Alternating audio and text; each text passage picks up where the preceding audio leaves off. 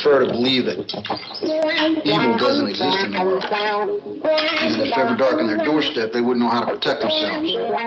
Those are the sheep. And then you got predators. They use violence to prey on the weak. They're the wolves. And then there are those who've been blessed with the gift of aggression, overpowering needs to protect the flock. These men are the rare breed who live to confront the wolf. They are the sheepdog. And we're not raising any sheep in this family. And I will whoop your ass if you turn into a wolf.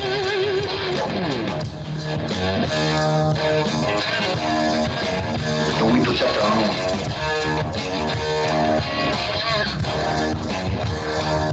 Well, I'll stand up next to a mountain, and I'll chop it down with the edge of my hand.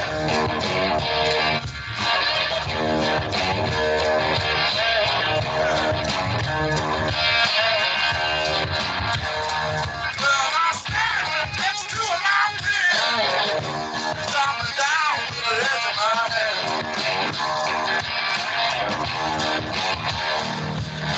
Pick up all the pieces and make an island. Money, ain't no little sand. Yeah. 'Cause I'm a blue child. Lord knows I'm a blue child, baby.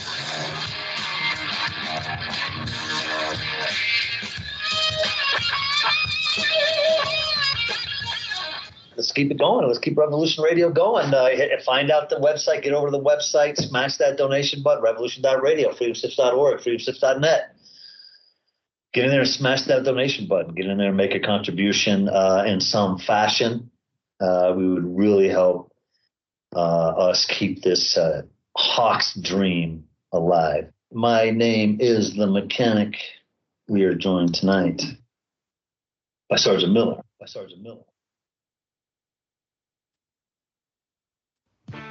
Nice bike. Maybe we could borrow it? No, that's stealing. I'll ask for permission later. Uh-oh. Looks like you're asking for trouble now. Shipwreck. How would you like it if someone took your bike? I wouldn't. And if you get caught? I'd definitely end up in trouble. Remember, taking something that isn't yours just isn't right. Now I know. And knowing is half the battle. G.I. Joe!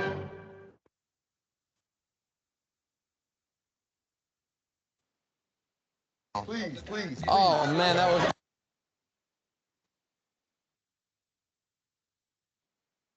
All right, mic check. I think I should be loud and clear. Let me do a 5x5 in chat. All right, welcome to the show. What you just heard, what he said, don't be taking nothing that don't belong to you, huh? It's just not right. So I should be coming in clear. This is Sergeant Miller, and this is First Formation here on Revolution.radio, freedomslips.org, freedomslips.net. And it is 1 a.m. Central Louisiana. So wherever time you're at, match it to that time. Yeah, I want to thank Mechanic for that intro. Shout out Mechanic. This used to be his slot. So just felt like taking over his slot and keeping that energy going. So yeah. Let's see. Sir Jeb at a link. Trying to see if I got a 5x5 in chat. How am I looking? Shout out to everybody that's in chat. Okay, thank you there, Mace. Got Mace Street 139 in there, unshaken. Yeah, I appreciate that. Shout out to everybody in chat, Jim Jones. Yeah, we're having fun. Okay, let's see. Shannon want to join. Let me bring in Shannon. All right. Hope everyone doing all right, man. Had a great weekend. I got a fuel pump change in my car. So I got that done. Let me see. Yeah, the wife is happy, so I'm happy.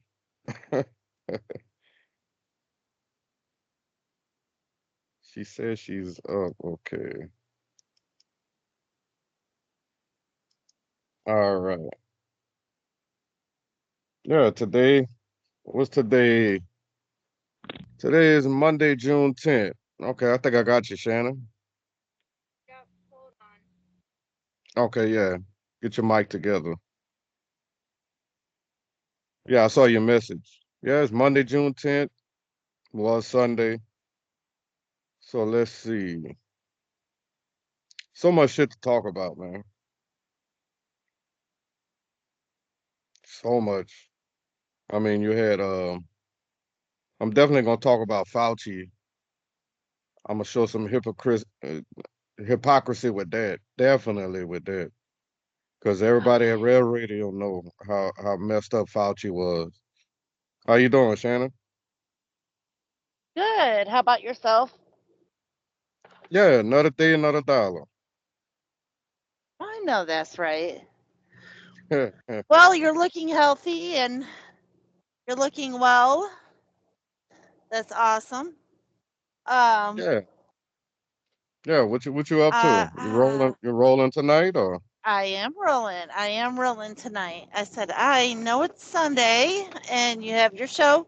So I was like, I know you like the ladies touch every now and then, you know. Hey, I'm not gonna argue with a woman. Well, that's very smart of you. That's how that's why that's why your wife is happy. Yeah, yeah. I agree. You probably hear my buzzer thing going off. It's nothing. It's literally, you know how it is with these all these sensors and stuff we have on these trucks. Hmm. but yeah, everything's been going good for me. I think I talked to you a little bit this past week. College, a lot of people aren't going to college. Colleges Hmm. are all-time low right now, and that's because they're not realistic in terms of you'll never pay them back for the money you borrowed to go to school. Hmm. And I was talking to my daughter about that earlier. Welding school is $20,000 for the one that she wants or we want her to go to. And her dad said, "We'll just come up with 20 grand between the two of us." And I said, "That's better than having her withdraw anything, you know." Hmm. But yeah, um, the welding school is fine because it's only a 2-year program, you know, and then she's good to go for life. You know, these Hmm. programs where they're 4 to 10 years long and you're behind a desk, that's just not lucrative or realistic anymore. A lot of those Hmm. 6-figure incomes are slowly going away. AI has officially replaced them, and they've lowered the salary for a lot of those people. So instead of giving you 150 grand after this person retires, the next person to step in will give them 80,000. Yeah, yeah, yeah. But that's Yeah. all. That's all was done by design. Once you sit back and look at it, you're like, damn, that's cold blooded. Yeah. But you know, and we fellow truck drivers, and I get asked this all the time, like when I'm at a pilot or petrol Yeah. or what's the other one? Flying J's. They always Mhm. ask about the AI 18-wheeler truck driver. That's a big thing they trying to push these days also.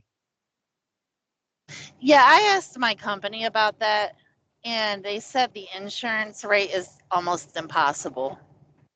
Yeah. Um, it's not it's not feasible because the insurance rate is so high that it's like you might as well just hire a driver. And the blowback, the second anything happens, you won't have a company anymore, you know? Mm-hmm. I don't see AI replacing us. I think a lot of people are, how do I put it? Because college didn't work for them and they're stuck at a Starbucks. They're Mm. hoping that the trades get taken over too. Like, don't be a hater. You know what I mean? Mm-hmm. Basically, you guys really are hoping something will happen to us that'll never happen because you decided you were going to go get a master's degree in business and you're a Mm. Dunkin' Donuts manager and Yeah. you're not happy because I make more than you. Like, is that Mm. my fault? So, yeah, I think that there's some haterade in there. Is AI going to take over like, they're just hoping AI takes over everything because Mm-hmm. they're miserable. Yeah, Just my but opinion. like I tell them guys, I mean, you know how much road construction and split second decisions you got to make as a truck driver because you got some stupid assholes that think, that road is like cushion. That road is not cushion. I'm Yeah. sorry. Well, and it's different. A combination vehicle is different than a little smart car. They can Yeah. barely get the Tesla to work. How do you think? All right. Like, come on, All give me a right. break. That's All why. right. That's why you don't see self-driving cars out here. So, since you don't see self-driving cars, you think we're gonna get self-driving trucks? No, absolutely not. I don't care what Musky Elon says. Well, humans haven't mastered driving, let alone an AI driver. I mean, come on, man. Look, The because haterade. I could tell you a story. My brother he works for a company. He drives trucks, and he does delivery like to Popeyes and Subway. Hmm. And So he's one grabbing day, all the boxes. yeah, all the groceries, Hmm. Oh, yep. But he had a supervisor that came help him. He was in Destrehan, right by New Orleans, and it was a tight spot. So the supervisor was spotting him to back out onto the highway, and Hmm. then my brother was like, "One minute I saw him, next minute I ain't seen him." So my brother said he got Hmm. out and went look, and he was face first on the ground, and a lady had done hit him because he didn't have like a Hmm. flag or anything. And all the witnesses around said, "Hey, man, that guy flew 15 feet in the air." And then the lady, Hmm. she frantic. She was like, "I was just on my cell phone." I was like, "Oh, there you go. That split second, You you just know, told on yourself, anyways. she ain't I had would no, never get ain't out had no and choice. scream. It was I was on. too many witnesses. Yeah, but it messed my brother Mm-hmm. up. 'Cause messed him up. Hmm. And the guy's Yeah, it still would. It in the messed me up hospital. too. Yeah, How man. is he like gonna be able to walk? I mean, what's his I vitality looking like? I think my brother said he got like two broken ribs Hmm. from when the car hit him. So yeah, I was I like, can see wow. that. Mm-mm. Damn, Yeah, that's yeah, insane. Yeah. Well, yeah. The technology is the problem. Why the reason why people can't drive? Okay. yeah, When yep. I was a kid, people there were way less car accidents, and there weren't no car seats either. Now I feel like a dinosaur, dude. Don't feel bad. When I sit here and think, I still remember when they had there were no. ashtrays in in the Yeah. planes. Oh yeah. Oh, I remember going to a friend's McDonald's birthday party when I was a kid. In McDonald's, her mom is like smoking Virginia Slims back to back, chain smoking these Virginia Hmm. Slims. And her friends got some misties. All the adults are standing there smoking at McDonald's while the kids are playing. There Oh, you go. There you go. They had the those were the McDonald's times. ashtray. Those little tin things. I remember. That's why when I tell people like act like millennials are like 20 years old. Like you guys do realize like millennials are old. I hate to say you, I hate to tell you, break the news to you, but yeah, millennials are pretty freaking old. Hmm. Yep. They're mistaking millennials now for like Gen X or not Gen X, Gen Z. I'm like, yeah, no, yeah, your memories, yeah, sorry, but there's a couple of generations now up under millennials. Like we're old. I'm technically a millennial, but I didn't grow up with any technology. I think I got my first cell phone like going into college. Like Hmm. there really Hmm. wasn't technology for us. I ain't gonna lie. We had to skip it, a hula hoop.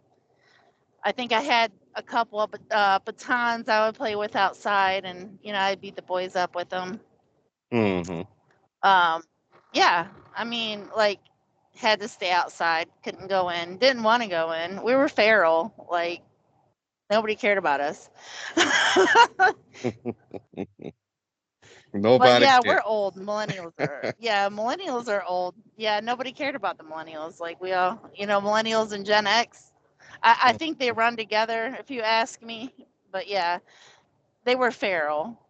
Like the boomers had a lot of hands on from their mom and dad. Like after school, let's cook dinner together and let's do homework together. Everybody sit around the table and arts and crafts and this and that. And then Gen X comes and it's like, boom, you guys stay outside. Goodbye. You're now rabid wild animals. Go sleep. Go eat lunch from the berry bush and sleep with the raccoons. We don't care. And Yeah, then yeah. your first millennials are like that too. So Well, the well, later millennials probably aren't, but I don't know. well. Look at the shows we had, like Fred Sanford and Son. I Archie love Bunker, seeing for this side. All in the Family. Yeah. Yeah, that Yeah. type of show wouldn't be on. It had to be on HBO these days. Yeah, right. See, we had the more raunchy stuff. I ain't gonna lie. We had Beavis and Butthead, Ren and Stimpy. Me and my daughter was singing this song earlier. It's log, it's log. Hmm. That's my song. I ain't gonna lie. I Let's go. love Let's Ren and let's see what Stimpy. let's see what Fred would have to say. You big dummy. Yeah. Boy, boy, boy. I tell you. Yeah, but these are interesting times, and I thank you, Trucker Shannon, for thinking about Chiming us. in. Yeah, I I appreciate do. I when I'm up, if it's Sunday and I'm up, I do. You cross my mind. All like you're my brother. You're my brother. And I guess that would make your wife kind of my sister in some kind of radio way. So she's my sister radio in law, Yeah. my radio sister in law. She's very encouraging, especially with the since I took over the slot for mechanic. She respects it a lot. Oh, that's great. You Yeah. guys should do a show together. I would enjoy listening to her. Yeah, and then you find out you'd be like, wait a minute, I thought she was from Michigan. Why she sound like she from Louisiana? Probably because she's been down there too long. Yeah, But yeah, hey, I mean, I think you guys should do a show together. I do. I think you guys should like, I don't know, just do one together. It'd be kind of cool just to hear her too. yeah. But in other news, everybody's talking about Trump being a felon, and what is it? Fauci's on the chopping block. Yeah. Hollywood and the music industry is being exposed. I think all of this is not by accident, and I think there might be repercussions about with all of this as well. like, what are they gearing us up for? Because none of this is by accident. Because now you got Kanye being exposed. Did you hear about that one? Something I heard a few things about that. I didn't Yeah, really he dig did some deep. stuff. He's on some Diddy. Well, And it doesn't. Good day. I just wanted Dream. to say I just came out of It don't surprise me. Yeah, it don't me Yeah, neither. The Dream, you know who he is, I'm sure. I heard But about. yeah, Yeah, but Kanye's, yeah. I agree with what he was talking about a while back, but just because I agree with something doesn't mean I'm on board with that person. I can agree with someone that I don't particularly like. I don't never did really like Kanye. I hmm don't think he's a genius. I think he's a plant just like the rest of them. hmm yeah. They I all made I a deal agree with the with you. devil. Now it's time to collect. The Pipers come to collect his money, and he wants it in blood. So yeah, these people all poisoned us, poisoned our kids, poisoned our youth, pumped all this garbage down their throats, and were allowed to play in the devil's den and do whatever they wanted to do. hmm And now they don't need them anymore. So now they're going to probably replace them with, I would say, AI. Did you hear about the AI? With the music, you talking about with the music recording? Yeah, Yeah. there's actually like AI celebs, like music industry AI, like they fictitious people. hmm They're like really like a AI artist. It's insane. It's not really a person. It's literally a AI artist. It's creepy. Yeah. It's very Yeah. creepy. I remember that. What was that little cartoon they came out with a couple of years ago with the green hair and the gold teeth? They tried to make him an AI rapper. I remember that.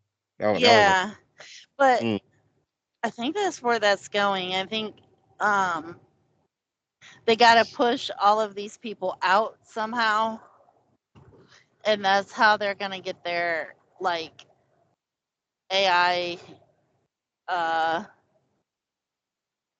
I guess you would say because you don't have to pay AI. They don't require any kind of funding. There's literally programming, and that's it. mm-hmm. They don't need to walk red carpets. They don't need stylists. They don't need any of this crap. They literally computer generated.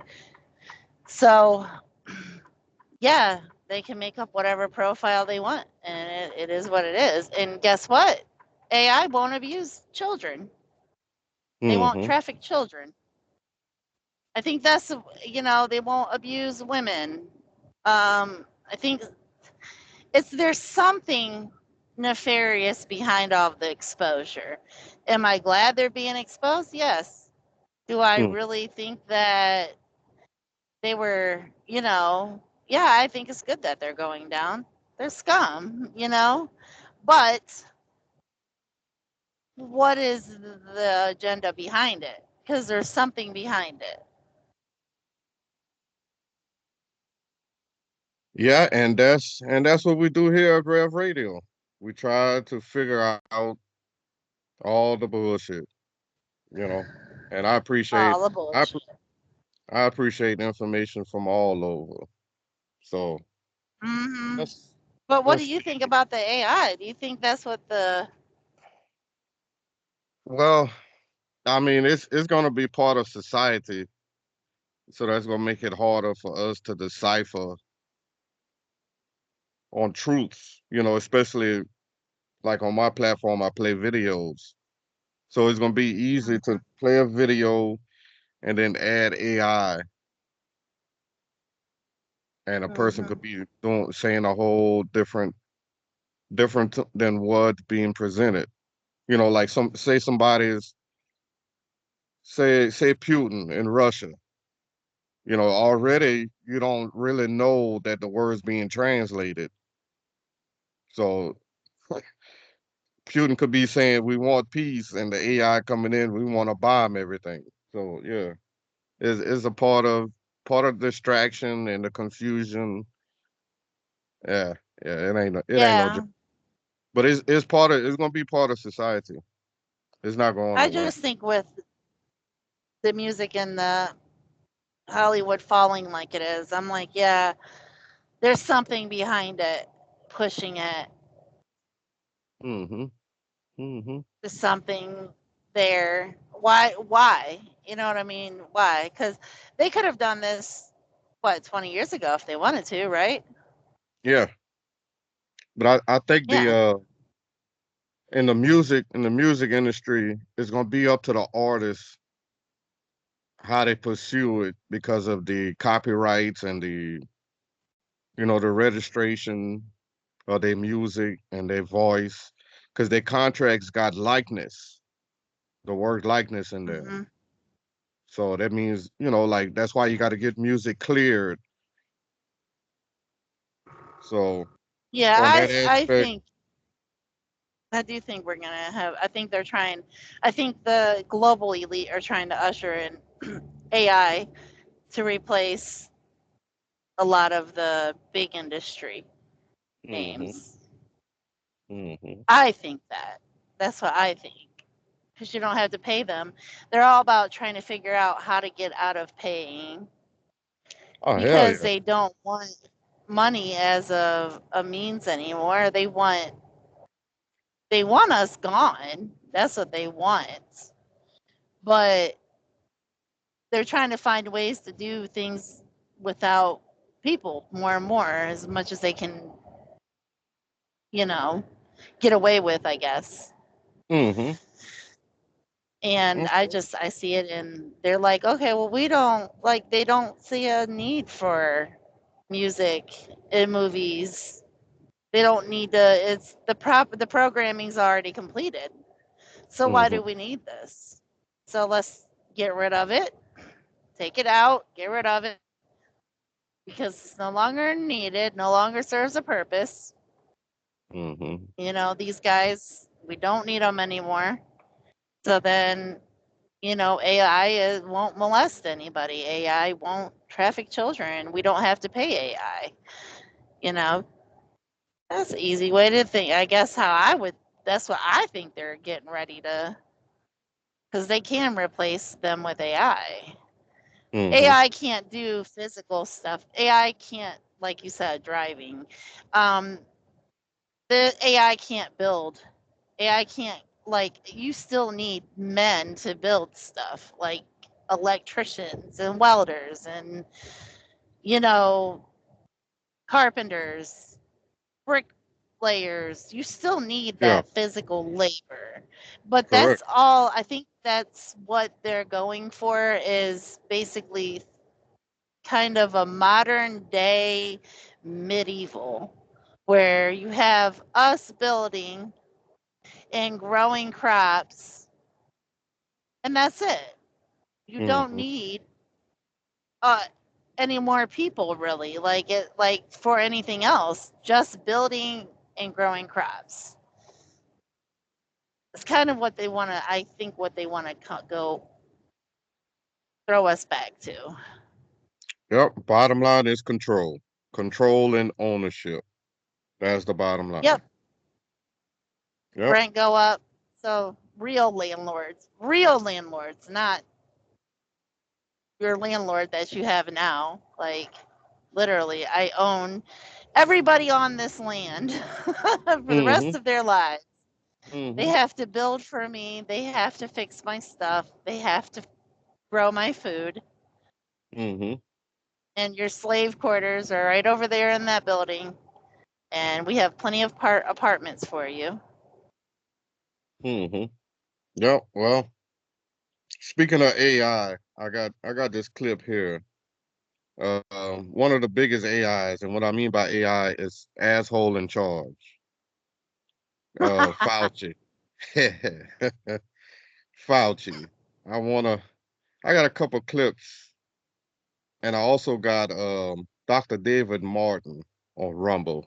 He had a show talking about, the hearings that, we saw the highlights, but I'm just gonna set it up and make an interesting show out of it.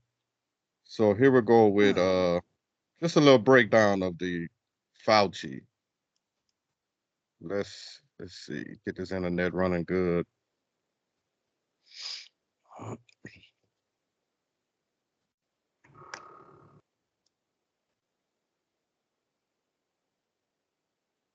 Yeah, my internet's slow. Thank you, Dr. Wenstrup, Chairman.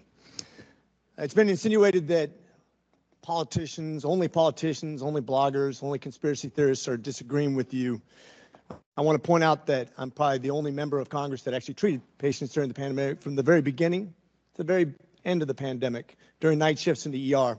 Thousands of patients during that time. And in 2020, I was censored. My medical license was threatened because I disagreed with bureaucrats. Literally taken off the internet as a person who is treating patients with leading edge technologies, developing theories, but doing my very best, but being censored by the United States government for the first time, stepping in and taking the place of medical professionals as the experts in healthcare. Any dissent surrounding COVID-19 treatments, mask mandates, and any public policy surrounding the pandemic was immediately labeled as anti-science. I watched as public health officials and politicians told my patients what treatment options were best for them, regardless of their comorbidities or their medical history. Despite my education and my training and my experience, my opinions were relegated to conspiracy and misinformation by so-called healthcare experts who had never treated a patient throughout the entire pandemic. This has been a black eye on the medicine and has highlighted why government should never insert itself in between patients and their healthcare providers. The American people deserve to make medical decisions through conversations with their physicians rather than politically motivated mandates. Dr. Fauci, did you ever treat a patient for COVID during the pandemic? I was part of a team that was at the NIH that took care. We didn't take care of many of them. Okay, so not hands-on. Got it. Thank you. Why would I be criticized by a bureaucrat for doing my very best as a healthcare? This is a rhetorical question. But why? Why would the government, who's never treated a patient for COVID, you can read all the things you want, but you're not there. You're not seeing patients. You're not watching people die, intubating patients right there with that disease in your face, watching it happen, watching the development of this disease and actually learning from it. But I'm being told by bureaucrats what's right and wrong. And what's funny is everything I was censored on, I was proven to be right. Pretty crazy, isn't it? You said... Proven to be right. Boy. I think everybody at Rev Radio and everybody in the chat, you can give yourself a pat on the back. Because we was on this shit. And I want to shout out Mechanic, man. Mechanic was on this shit, man. Because the thing is, we were showing the hypocrisy. That's how easy it was. Just showing the hypocrisy. And this one here, this little clip here was very important to Mechanic. Because when we found this one, this was Dr. Fauci in 2017. I'm surprised this is still on YouTube. Because of the words he said about Trump when Trump first got into office. So this is very, this was set Mechanic off. Not only Kerry Mullis at the time, but also this right here, and Event 201. We all remember that. They don't never talk about that on the mainstream, but we're gonna talk about it here at Revolution.radio. Outbreak. Given, as you heard from the introduction, that I have been around for a while and have had the opportunity and the privilege and the pleasure of serving in 5 administrations, I thought I would bring that perspective to the topic today, is the issue of pandemic preparedness. And if there's one message that I want to leave with you today based on my experience, and you'll see that in a moment, is that there is no question that there will be a challenge to the coming administration in the arena of infectious diseases, both chronic infectious diseases in the sense of already ongoing disease, and we have certainly a large burden of that, but also there will be a surprise outbreak. And I hope by the end of my relatively short presentation, you will understand why history, the history of the last 32 years that I've been the director of NIAID, will tell the next administration that there's no doubt in anyone's mind that they will be faced with the challenges that their predecessors were faced with. So for those who think that in Now how did he know that? This was 2017. How did he know that this administration would face an infectious virus? He specifically said virus, and then he said disease. You see what I'm saying? It's it's too easy when you're paying attention. It's too easy. You know what I See what think? Go ahead, Shannon. I'll tell you what my theory of this is, because I'm, I remember, I'm old enough to remember when Ebola was being like, everybody was talking about Ebola. And I think that they couldn't, I don't want to say it didn't exist, because, yeah, I guess Ebola outbreak, but they couldn't find a way to get it to spread. Mm-hmm. I think it was one of those things that was a little harder to catch. It wasn't as, contagious. So they had to cook up something. Because remember, Ebola was like a couple years before, Mm-hmm. and Mm-hmm. before they started working on the COVID. I think Ebola, what they were trying to do I think they were trying to really do it back then with the Ebola. I think they were trying to actually really get rid of people and do it Yeah. easily. Because Mm-hmm. Ebola, if they could have got that to spread, and it's weird because it didn't spread, and it's like all of a sudden they talked about it, had blah blah blah, like almost like the beginning of what COVID was. Mm-hmm. It just didn't spread for Yeah. whatever reason. Yeah. That's my theory. Is Ebola was supposed to be their outbreak, but they couldn't get it to work good enough. So then they, you know, started cooking up, the COVID virus. All right. Quiet wars, silent weapons. Yeah. Shout out William Cooper, Behold the Pale Horse. Mhm. I have that That, book too. yes. Great, great, great artifacts, put it that way. It's gonna be an artifact for these times. I was thinking about that one day though. You know, like how come they could only get a couple of people, you know what I mean? I think they had a few test subjects. And then like it didn't spread, you know what I mean? And they had Mm-hmm. everybody thinking that it was going to spread. My daughter woke up in the middle of the night with a bloody nose and came in my room. Was like, I think I have Ebola. And I'm like, Danae, you don't have Ebola.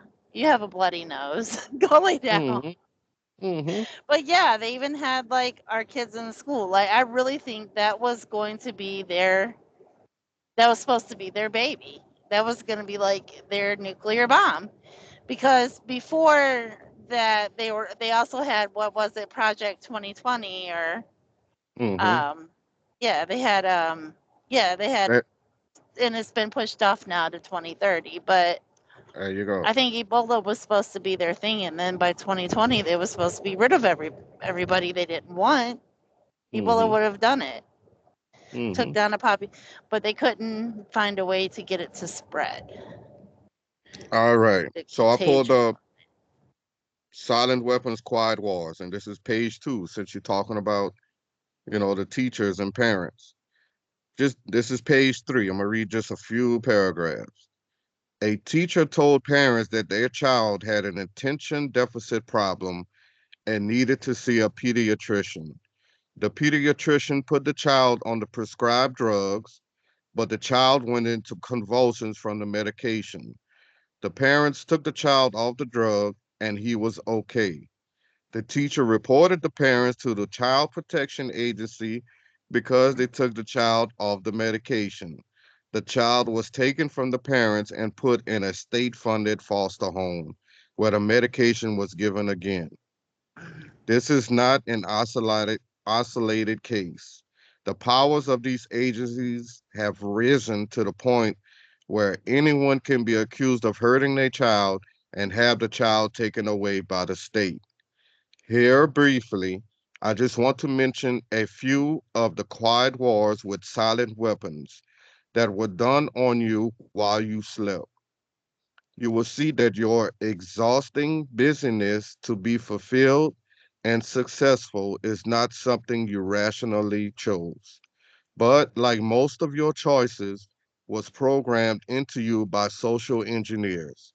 Exhausted people in mind and body easily submit. For most of you, as I have heard so often, your busyness, your running on the wheel is getting more intense. You are being mind programmed to run faster and faster and be so distracted that you don't know your front from your rear, and so can be deeply programmed even more. Heart problems are increasing because the rats are being driven faster and faster. It has been well said, Satan drives, God leads. You must choose your master. Your immune system has been methodically broken down since birth. If you are 60 or younger, you are being regularly sprayed with all kinds of experimental viruses. Excuse me. Exposed to small doses of biological and chemical warfare, given HIV and live vaccines, even babies, and even now vaccines are added to our staples like corn. This is to break down your immune system so you can receive man created viruses. That's just a couple paragraphs. Let me see. I might drop this in chat, but that's just the what we talking about with Fauci and the hearing from last week. So there you go. Crazy, isn't it? Yeah, that is crazy. I mean, I just don't, I don't, I guess I don't understand all of these hearings. It's not meant for you to I don't understand. understand them. Is a show. I, yeah, that's how I'm looking at it. It's like theatrics. Like, Mm, because I think once they do the damage, well, then they had to find a way to come by and clean up the mess. Hegelian dialect as well. A little bit of hmm that in there too. So, like, Trump, he's a felon, right? Technically, right? But he raised over $54 million. The last I checked, it was I like said, 200 something million. if, oh, well, yeah, hey.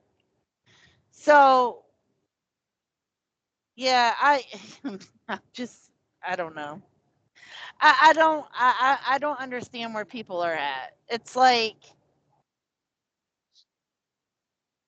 that's why I really can't get on the Trump train, or really can't. Like, I was for his first 3 years, but hmm then I started seeing some BS. Like, he literally let Fauci take over. Like, he didn't even try to. Yeah, it was hmm literally like, like, I'm gonna fulfill my agenda. They told me Fauci was gonna blah blah blah, so I'm gonna hand it over to him. Step back, and he can do what he wants to you guys. Like, Yeah, yeah. Because, like I said, I on pre- hate that. on previous shows, if they was charging him with Operation Warp Speed and him being responsible, signing the executive order to shut down the economy and injure Mm-hmm. and kill millions across the world, I wouldn't have no problem with him being a felon. But what they charged him with, that's the oldest trick in the book. I mean, a billionaire and a stripper go together like a fire extinguisher Mm-hmm. and water. And he's going to appeal, right? He's going to appeal it. Hmm. I already know he's going to appeal it. I wouldn't be surprised if this is all being done to make him president again. I keep telling people, I have so many suspicions about Trump. I can't stand Biden, don't get me wrong, but I just see the bullshit on both sides. I see it both ways. Like, flip a coin, it doesn't really matter who's going to be president. It doesn't matter. You're screwed over either way. Hmm. Yeah. Yeah. Like I tell Like, two fellas. Go ahead, finish your point. oh, yeah, it's just, yeah, flip a coin. It doesn't really matter. I could be president. You could be president. It's a figurehead. You're president in name only. You don't run anything. Yeah. Like I tell two fellas, I said, okay, the Democrats, what you got a donkey? The Republicans, what you got an elephant? I said, what do they have in Elephant common? in the ass. Elephant They and go to the an ass. bar. They walk in a bar. Elephant and ass in a bar. They both will shit Sounds on. like a good joke. Yeah. Yeah, Yeah. that's what I tell them. Yeah, you They need to both try to will make a take joke of that. they both will take a big Elephant crap ass on elephant and ass walks in a bar. I don't know. asking for a shot. Mm-hmm. Boy, boy, boy. That's a good punchline. I like that. That was a good one. But yeah, I don't understand how we're raising money for, like, I don't see that any different from, like, the left raising money for climate change. It's like Hmm. the right raising money for Donald Trump because he's such a victim. Like, can you guys raise some money for me? Like, you know, Hmm. I'd be happy. I'm not a felon. I'll share it with you, Sarge. Hey, I ain't tripping. It's all good. It's all good. But Yeah, but yeah, it, people make fun of the left, but I look at them like, hold on, like, you're donating money to Trump's offering plate. Okay. hmm yeah. But How can I make fun of the left when the right does the same shit? well, it's just like the music, Morons. just like the music business. Marketing. Sometimes some of them rappers and artists, they'll say all publicity is good publicity. So even if it's negative, it still drives your name, especially at this day and age. Hmm. It's trending, it's trendy, it's trending. Hmm. So yeah, but that's part of Edward Benet's propaganda.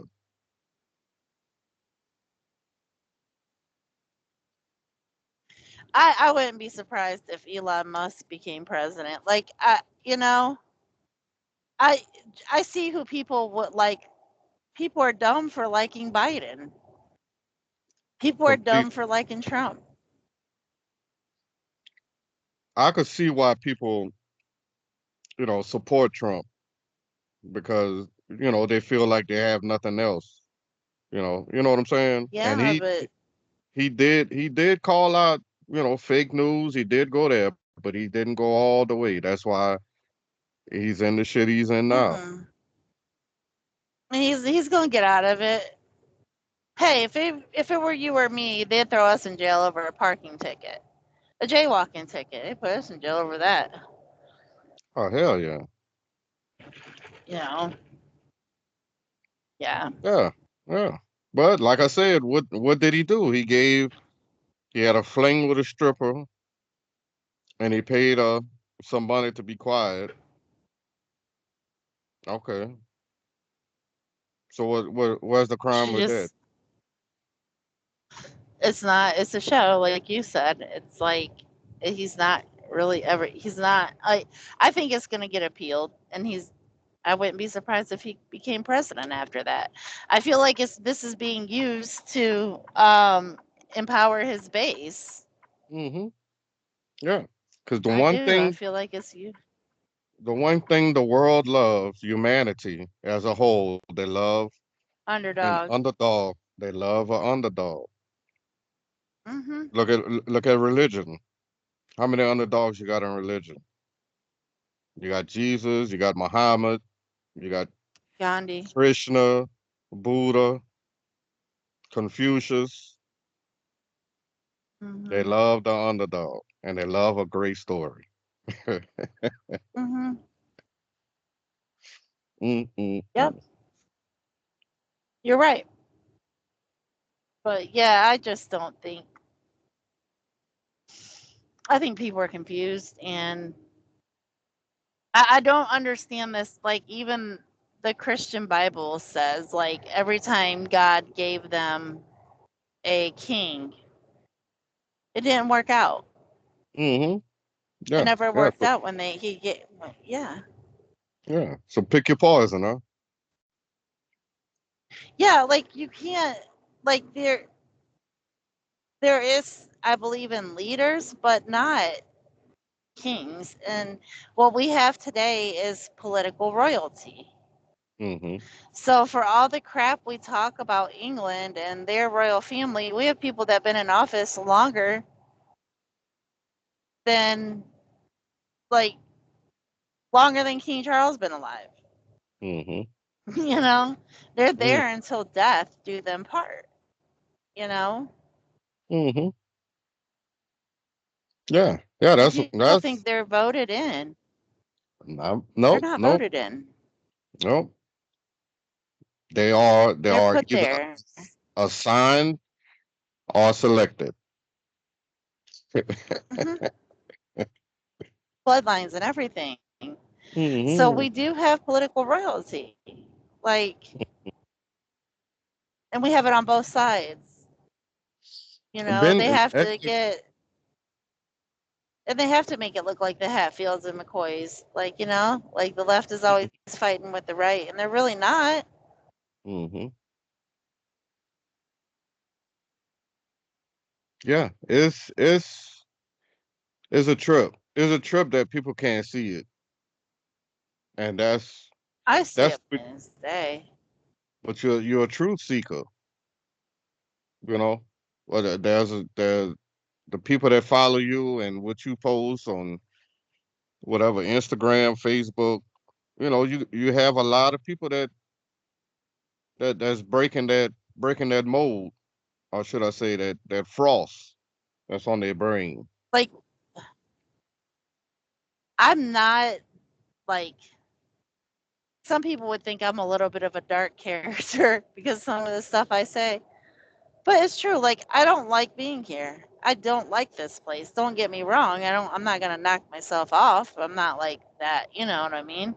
But, like, my whole life, I feel like I've been a slave, and like I've been nothing but commodity, like freight, like a load. You know, I really feel that way. Hmm. And the only joy I've had in my life is motherhood. Hmm. Something natural. Like, think about that. Think about that. Like, how many, like, if we actually sit down and think about, like, I don't want to hear, like, oh, life's a blessing because Walmart's open and I get da. No, like, true joys out of life. Hmm. How many vacations have you taken in your life?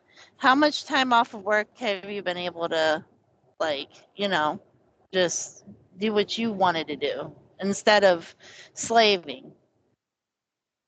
When have you ever been able to do what you wanted to do? Hmm. And then outside of motherhood, getting married, um, enjoying your grandparents or, if it's not family related, what joy have you had out of life? I really Mm. want to know.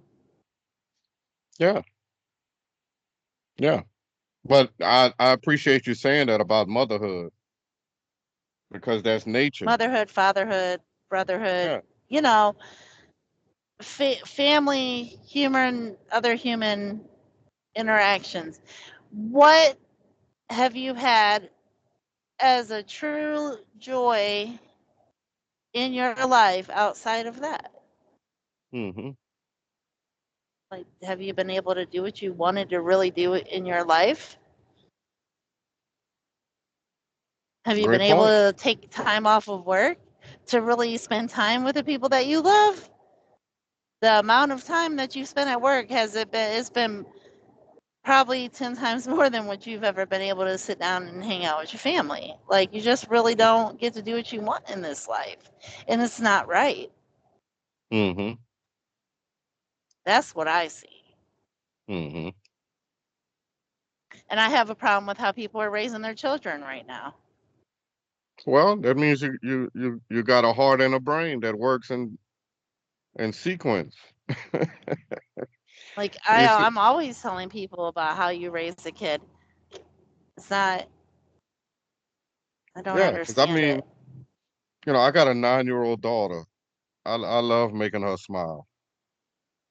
She Mhm. just had a birthday last week. Man, that right there, I mean, is the little simple things that actually keep me going, keep me working harder, Right, just to make right. life But, easier for my child. You know what I'm saying? hmm but yeah, outside of that, we don't really get too many, like, enjoyments. Hmm. Yeah, I'm pretty sure you want a yacht that fits another yacht in it, or you want a private jet where you can go to Davos, huh? Well, I'm looking at it like this, like, not necessarily that. It's the simple fact that, like, I could just do a commercial, you know? Hmm. I don't have to Hmm. do a private anything. Just, when have you been able to do that as a person? Yeah. Well, ladies and gentlemen, that's the music. We'll take a little 3 or 4 minute break. Listen to Sergeant Miller information here on Revolution.radio. Already Dr. Shannon, and we'll be right back. You're listening to Revolution Radio at freedomslips.com, and we'll be right back after this message.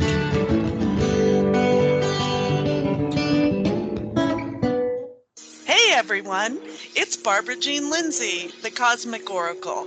If you have questions about your past lives or future plans, need answers from the cosmos about your love life or career, or just want to keep your finger on the pulse of the planet, check out my show, The Cosmic Oracle, here on Revolution Radio at freedomslips.com.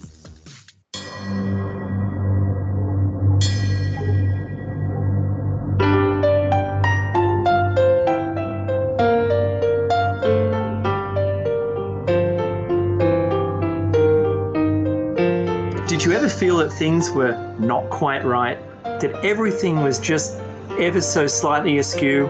Do you have, to paraphrase Morpheus, a splinter in your mind? If you're interested in hearing the latest information about UFOs, the paranormal, ancient cultures and structures, monatomic elements, longevity, fantastic discoveries in science, downloaded to your brain, then tune into us. Hi, I'm Dave. And I'm Mackie. And we are Shiny Side Out, Sundays 2 to 4 a.m. Eastern. See you then. Revolution Radio, freedomslips.com. You don't need to expect us. We're already here. The Secret Kindergarten is here for the young children of the world. The best program on the radio for kids. Dealing with the most important topics in the whole universe.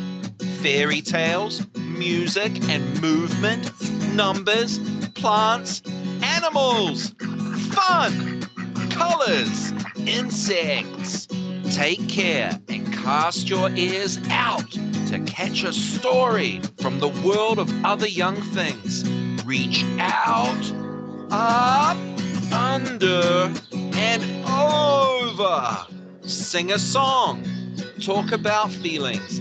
Just remember the magic word. The magic word is no. Step on into the secret kindergarten. Saturdays, 2 p.m. to 3 p.m. Eastern Time, right here on Revolution Radio.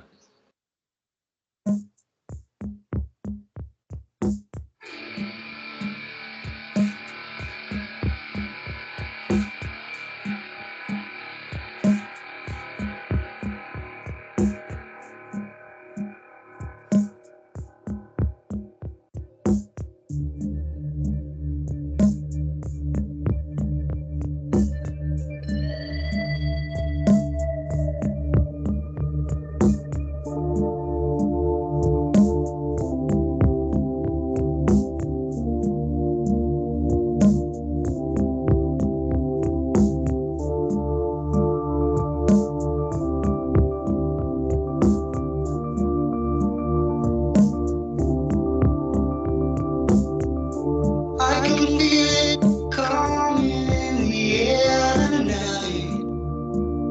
Oh Lord, and I've been waiting for this moment for all my life.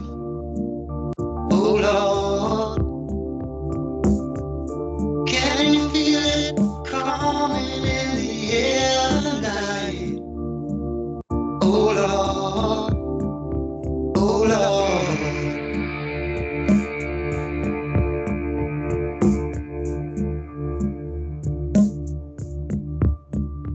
Well, if you told me you were drowning, I would not lend a hand.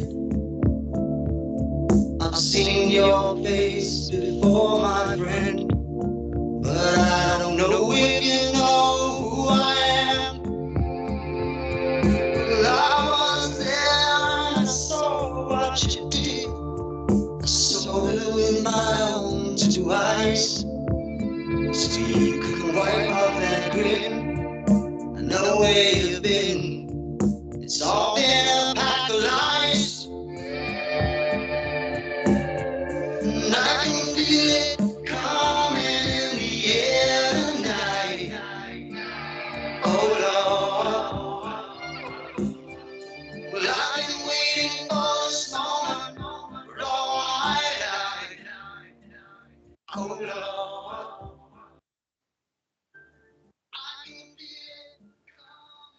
All right, all right. Welcome back. You're listening to revolution.radio, freedomslips.org, freedomslips.net.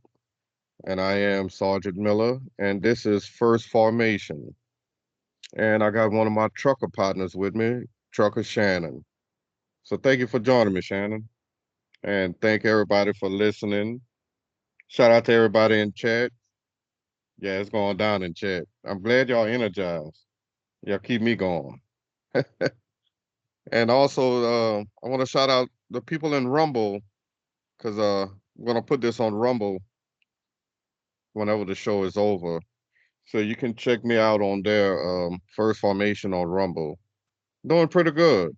I hope to put a good show together, some good information, and hopefully I can make you laugh, ease your pain while we go through all this bullshit.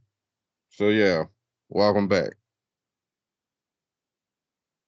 Yeah, we're going through a lot of, but yeah, I don't know. I just feel like we're not compensated fairly for our energy and our time. We're not compensated. So I feel like we should all be able to make a living. We should all be able to live comfortably without worry. We Hmm. should all be able to. I honestly feel like every couple months, everybody's entitled to a week vacation. I just, compensation. Not you just get to suck all my energy, get to suck my life force away, and I get nothing in return for Hmm. it. Hmm. Like it's not fair to us. So like I'm okay with certain if people make a certain amount, whatever, you get up there, whatever, you do your private jet, that's fine. But let me down here enjoy a little bit, just on a basic level. And that's the issue I have with capitalism. Capitalism, that's why we're in the boat we're in today, because of capitalism. Capitalism goes where the dollars are. Mm-hmm. So for the US market, it was lucrative and cheap, and you could make a lot of money here in the USA in the 1930s, 40s, 50s, and 60s. Mm-hmm. But then when the capitalists said, wait, we can make more money if we just go overseas, or we go over here and we go over there. Like, they go where the money is. They don't stabilize they have no loyalty. Mm-hmm. Mm-hmm. That's the problem you have with capitalism. There is no loyalty. It's literally about where the money is. And the money isn't going to be everywhere. That's why Yeah. the US succeeded like we did, because that's where the money was. Well, now China's, going to be a powerhouse because that's where the money is. Mm-hmm. And then when they get done with them and they say, oh, well, India, we're going to move from China to India because we're done with China. Now, you should be happy we did what we did for you. But Mm-hmm. capitalism goes where they can make money. And you Mm. can't really make money anymore here in the US like that. Yeah. Yeah. Well, like when I truly sat down and really studied Rome, and when I say Rome, I mean the pagan Rome, military Rome, and the combination of church and military Rome. The Republic. Then you got the Holy Roman Catholic. So when you study that, what they did when they conquered a land, they would absorb that land's culture and make it their own. And whatever general conquered that land, they would take that general would take that name of that land or rename the land. They done it all through history. And then sharecropping. Sharecropping is when you're allowed to reside on a piece of property or land and produce goods, and the landlord gets a good percentage of your gross product. So basically what you was talking about is sharecropping in a way, if you really, really think about it. That's all we doing is just sharecropping. Mm-hmm. Klaus Schwab Yeah, said, basically. you will own nothing and be happy. You've been not owning nothing and being happy. I Mm-hmm. mean, I hate to laugh, but I mean, you gotta laugh at this bullshit because you don't want to cry, you know? Well, it's like, duck under your desk. There's a nuclear bomb. Like, Hmm. it's they've successfully found a way always to Hmm. make people do stupid shit and not question it. Hmm. Hmm. Like, and only a few people are going to question it. Like, when I would pledge allegiance, like, what am I pledging allegiance to? I like I thought about that. And I've asked my teachers, and nobody, even the adults around me, is like, I don't know. It's your loyalty to your country and blah, blah, blah. And I'm like, but why do I have to pledge allegiance to it? Am I in the military? Yeah, I you don't you in the understand. military and didn't know you was in the military. Yeah. Like, my grandma said I was always her, what do you call it? Her she always said she's like, you're my grandchild, that I don't feel like you belong here, like you're not like you're definitely different, because I would ask stuff like that, like, Hmm. even in church, like, you know how what do you mean God's chosen? Who's God's chosen? I thought everybody was God. Like, would I not be here or a human? Like, what do you mean chosen? Nobody can answer that. Of course, I had to find the answers for myself because nobody could answer it for me. Like, okay, I still don't understand it. When you tell me why, that's not a reason. That's literally like blindly following something, and this is why you blindly follow it. It's not a reason to, you know, they're all lies. Yeah. Yeah. So Well, yeah, that's let me give you terrible. one to think about. Let me give you one to think about. Okay, you was just talking about the Pledge of Allegiance, right? Uh, It says, pledge allegiance to the flag of the United States of America, right? And mhm, then what do they sing, before the football game? The national anthem, right? And what mhm. does it say? How does that star spangled banner? So which one is it? Is it a flag or is it a banner? The old, Star Spangled Banner, And why do or is I it a have flag? to stand for it? Why do I have Mm, to? And yeah, banner, flag. And why do I have to pledge allegiance, or why do I have to blindly follow this? okay. Why? Because I mean, I was asking these questions when I was like probably 8, 7, 8. I know your average 7, 8-year-old ain't gonna ask that stuff, Mm-hmm. but I was like,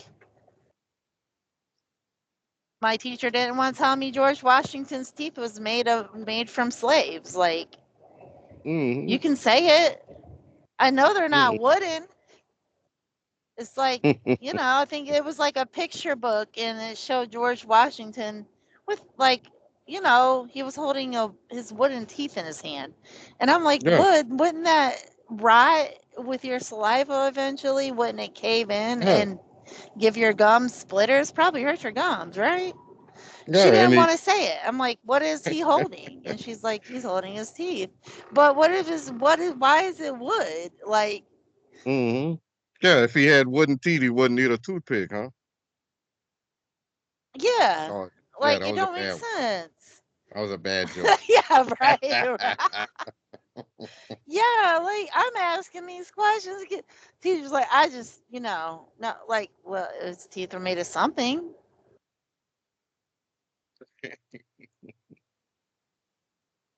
Me and Mm, Shaka were talking about this, and he's like, yeah. He's like, I asked the same type of questions. He's like, motherfuckers didn't want to tell me either. He's like, and I'm mm-hmm. black. Like, Mm-hmm. and people didn't want to say it. Like, yeah, like he had some slaves' teeth pulled, so he probably picked the best teeth. Everybody, open your mouth. You're gonna take a couple out here for Washington, take a couple out of you for Washington. You close your mouth. You have too many. Your teeth ain't that good. Yeah, I mean, like, Yeah. everybody donate a tooth to Washington. Mm-hmm. Mm-hmm. And then I question who Washington really was. I call him the fondling fathers because when I look at him, he looks like an emperor. Mm-hmm. Like I like I said, even as a kid, I'm like, well, how's come when I see Reagan on TV or Clinton, they're not wearing that Dalmatian coat. That's Yeah. what I thought it was. Because I looked at him like, this is like some Corella DeVille stuff. Like, how Mm-hmm. come Washington is wearing this and our presidents today don't march out with this on? This is what I think of Washington. Here we go. You don't know the power of the dark side. There you go. I love it. I love it. I But just gotta yeah, have. so it's like, yeah, you gotta have fun with it. But yeah, our fondling fathers. Oh my goodness. Yeah, but those are just There's something questions, else. we ask all the time. So let's see where we was going. Okay, yeah, the first hour we was talking about Fauci. I had found, okay, excuse me. We was talking about, the presentation, the don't look behind the curtain Mm-hmm. like the eyes, with the Fauci thing. So I found Dr. David Martin. I know here on Rev Radio we know about David Martin because he's the guy that he kept all of the financial paperwork. He was like a notary republic for all of these corporations and businesses internationally. Dr. David Martin. So I found this on Rumble. So I'm gonna just play a few minutes of it. I hope y'all enjoying it. Because in the first hour, I showed one of Mechanic's favorite clips with Fauci in 2017, talking about Trump will face a virus. You know, this administration will face a virus. 2017. And sure enough, we did go through it. So I just wanted to show the contrast of the shit show. So here goes Dr. David Martin and his latest interview. Here we go. It is always a pleasure, but also a journey when I have you on the show. So thank you so much for being here with us today. Seth, there's something that happens when we're together that the world seems to like. So I love being with you, and I love the network that you've built and the community you've invested to create. It's great. By evidence of the fact that what we put together between the two of us seems to go a lot of places around the world. So well done. It does. So we're going to dive right in. So maybe you know a little bit about this. There's this hearing that just wrapped up. So Dr. Fauci held publicly accountable by a select subcommittee. They're held publicly accountable. I wonder what that's really going to mean. So we all, most people know by now, it's all over Twitter and other places, that the select subcommittee on the coronavirus pandemic held a hearing titled A Hearing with Dr. Anthony Fauci. And there's been a lot of great clips of people grilling Anthony Fauci and making him squirm. But whenever I see these things, I always ask myself, what's this accomplish? I didn't see any sentencing. There's no, the conclusion of this is life in prison. Is it anything beyond just social media clips and people getting upset and angry and feeling justified that Fauci got picked on by Marjorie Taylor Greene, or what's really going on here?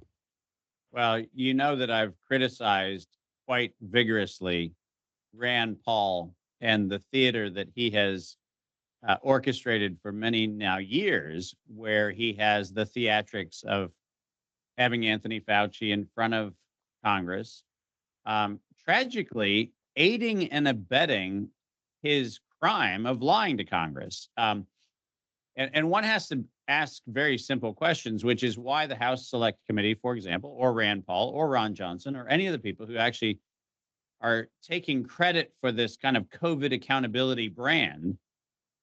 One has to ask the question, why is it that they never deliver the knockout blow? Because, Seth, this has never been an investigation.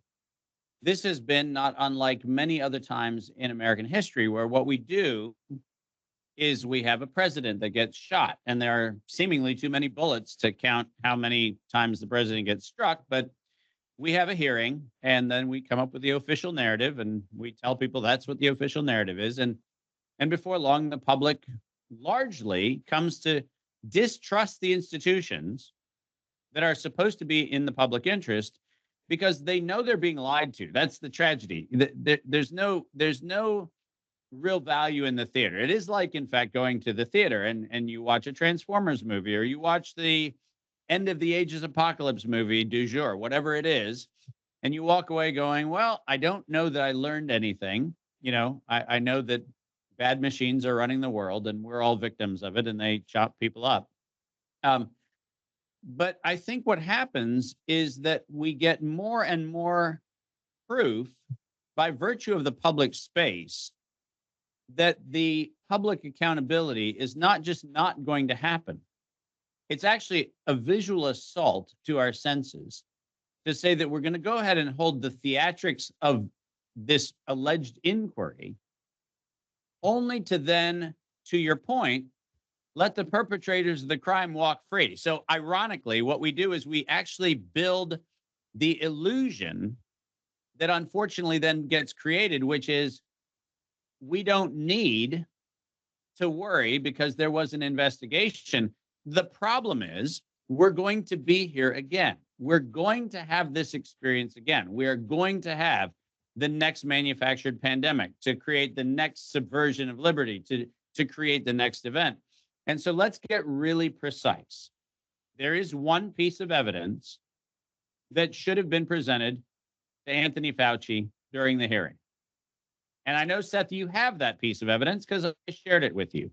It happens to be a letter from October 2014 sent to the University of North Carolina at Chapel Hill.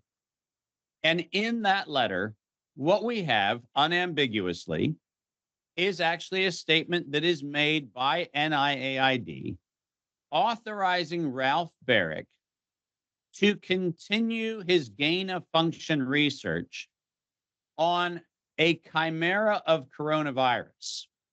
And you see October 21st, 2014, you see this is coming straight from NIAID. It's sent directly to the University of North Carolina at Chapel Hill. And tragically, under the project that was titled Role of Uncharacterized Genes in the Coronavirus Exercise, you see in the specific aim number 2 that not only was the gain of function research authorized in this letter in direct violation of the moratorium, but more tragically, if we actually follow the provenance of this particular grant, we find out that the NIAID authorized putting this particular pathogen into living systems. Now, Seth, I don't know about you, but if you're making a biological weapon, and when I use that term bioweapon, I'm actually using that term because Ralph Baric in 2005 actually presented to the world that this synthetic coronavirus that he was working on was a biowarfare enabling technology. His words, not mine. It's right off of his CV, another document that I know that you have, where you can't kind of guess at what that says. It actually says it in black and white. It says biowarfare enabling technology. And I don't know how hard it is for us to figure this out, but if you see biohacking, biological warfare enabling technologies, and it's about synthetic coronaviruses in 2005 at the DARPA MITRE conference, I don't know how much divination you need. I don't know how much interpretation you need to actually say that this, in fact, was a biowarfare program, because it actually says biological warfare enabling technology. That's the reason why it's appropriate to use the term biological weapon, because that's what the perpetrator actually did. But the reason why that October 2014 letter, Seth, is so important is because if you actually then jump forward to 2016, in the proceedings of the National Academy of Sciences, in February of 2016, a journal article was published which says SARS-like WIV1-CoV poised for human emergence. Now let's pause and talk about what the committee forgot.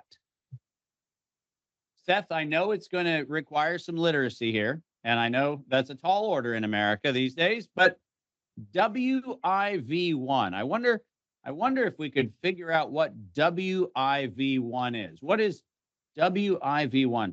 Could we actually jump to the end of those acknowledgments, Seth, so that we can actually figure out what WIV1 might actually mean? And let's go ahead and read the acknowledgement, because it's so nice. It's so nice to thank people. And remember, people listening to this, remember the COVID Select Committee. This was published in 2016. This was work authorized during the gain of function moratorium. This was illegal actions being taken by the University of North Carolina. So let's be really clear on this. This was not a China lab leak. This was a United States biological weapons program. And let's read what they say. We thank Dr. Zhengli Shi of the Wuhan Institute of Virology for access to bat COV sequences and the plasmid of WIV1 COV spike protein. Do you know what WIV stands for, Seth? You know, The if I was a Wuhan betting man, Institute of Virology. that This makes was sense. not a wet market. This was not a Chinese lab leak. This was none of the things which are the theater that you've been told we're supposed to be watching in Washington, D.C. right now.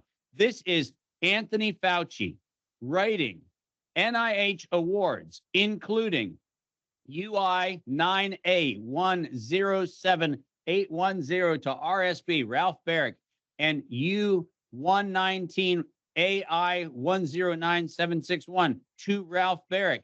And if you go back and look at whose money that is, that's NIAID, National Institute of Allergy and Infectious Disease. And here's the thing. This acknowledgement as an admission to the violation of 18 U.S. Code biological warfare prohibition laws in the United States. This is an acknowledgement of felony acts done in North Carolina, felony acts committed by UNC Chapel Hill and Ralph Barrick, felony acts where a Wuhan Institute of Virology virus spike protein plasmid model from a computer in China was uploaded in the University of North Carolina, Chapel Hill, uploaded illegally in violation of biological warfare conventions and in our own 18 U.S. code, uploaded at UNC Chapel Hill, weaponized, and then announced that it was poised for human emergence. And not a single member of Congress, not a single senator, not a single district attorney, not a single attorneys general to date has been willing to actually look at the published record evidence that this was a United States of America, taxpayer funded, taxpayer authorized, in violation during the Obama administration, in violation of the gain of function moratorium. This was a gain of function project on the Wuhan Institute of Virology virus, and we still, to this day, pretend, well, it may have been a lab leak from China. Ladies and gentlemen, let me state unambiguously, for the permanent record of civilization, just like anthrax in 2001, the spike protein pathogen, which was injected and introduced into the global population, was made by the United States, was distributed by the United States. It was done for the express purpose, as you see in the screen that I have behind me right now, so that by September 2020, the co-conspiring antitrust racketeers would be able to get the world to accept a universal vaccine platform by, and I quote, September 2020. And the reason they did it, the reason they gave, was because there was going to be a deliberate or accidental release of a lethal respiratory pathogen.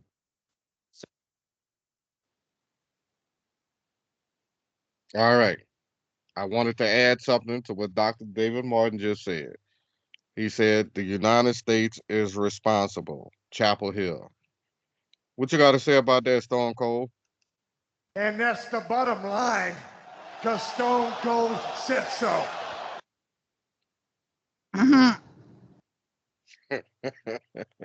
That's hilarious. Hey, Sorry, you're a hoot. hey, hey, man, you know, this shit is so serious because the thing is, see, Dr. David Martin bringing, like these youngsters say, the receipts. You hear them youngsters. Mhm. I bring the receipts, the facts. That's what. Mhm. That's why when I found this, I was like, yeah, I gotta play this because I remember Well, him. and they're saying as early as '05, you know, Mm-hmm. that was Yeah. Bush era. So this has really been going, it's been progressively, it's like a snowball effect, like, you know, keep working on this project. You know what I'm saying? And as Yeah. it rolled down the hill, it gets bigger and bigger. And but like I said, I still go back to my theory of I think Ebola was supposed to be first, and then maybe if that didn't work, COVID would just be plan A, plan B. They probably have a C and a Yeah. D. You know, they Yeah. always have. I, what we need to probably be looking at is how many other viruses are they trying to release, and maybe Mm-hmm. when. Mm-hmm. That's what I've been trying to figure that one out. I ain't gonna lie, like I've been looking into that Yeah. because I'm like, because there has to be, they had to have been working on something else since like 2010. They always come with an A B C D E F. You know what I mean? Mm-hmm. This Yeah. don't work, Ebola. that'll work. Man. Once Mm-hmm. I found out what Ebola was, I was like, yeah, Ebola scared the shit out of me. No pun. Me No too. pun intended. But And it was supposed to spread. I believe that was really supposed to spread. They was trying, like the guy who quote unquote had it and came back to the US. I think they was gonna try to spread it with him. yeah, you And bleeding I from just your think it eyes didn't. and your Yeah, ass. I was all like, of your orifices. Yep, all orifices. So if I saw a guy with blood on the back of his pants, I know he ain't on his period. yeah, I was like, what? Like, oh yeah, y'all ain't playing. Yeah. Yeah, Mm, it scared everybody. It had everybody scared. But I think that they just couldn't get it to be contagious enough. It was like the person who came back here with it, you know, they were probably a test subject and they lived through it. So they had the cure for it. You know what I'm yeah, saying? Obviously. But I yeah. think that test subject, and they were trying to see if they could spread it. But for some reason, they probably injected him with it. God knows what they did to that poor person. But you Mhm. never heard a word from him since. But yeah, it's like he came over here with it, and it was like he was supposed to be the gain of function, I believe. And it just didn't have the function, you know? It's like Mhm. it couldn't spread. It's like I think they tried to. I believe they tried to, Yeah, but bro. it just didn't. That's why you got. I'm sorry. I just think that was plan A. Let's Mhm. execute it, and try to get it. And then that didn't work. Well, we have been working on another one. You know what I'm saying? It's not as deadly, but we can get people to take the jab and that will be deadly, you Mhm. know. Yeah, yeah, yeah. But I think Ebola was supposed to be there. I think that was their baby. And I think they were disappointed when it didn't spread. I do. I think they were disappointed when it didn't spread. Yeah, there was like Austin Powers, with the sharks with lasers. Send in the sharks.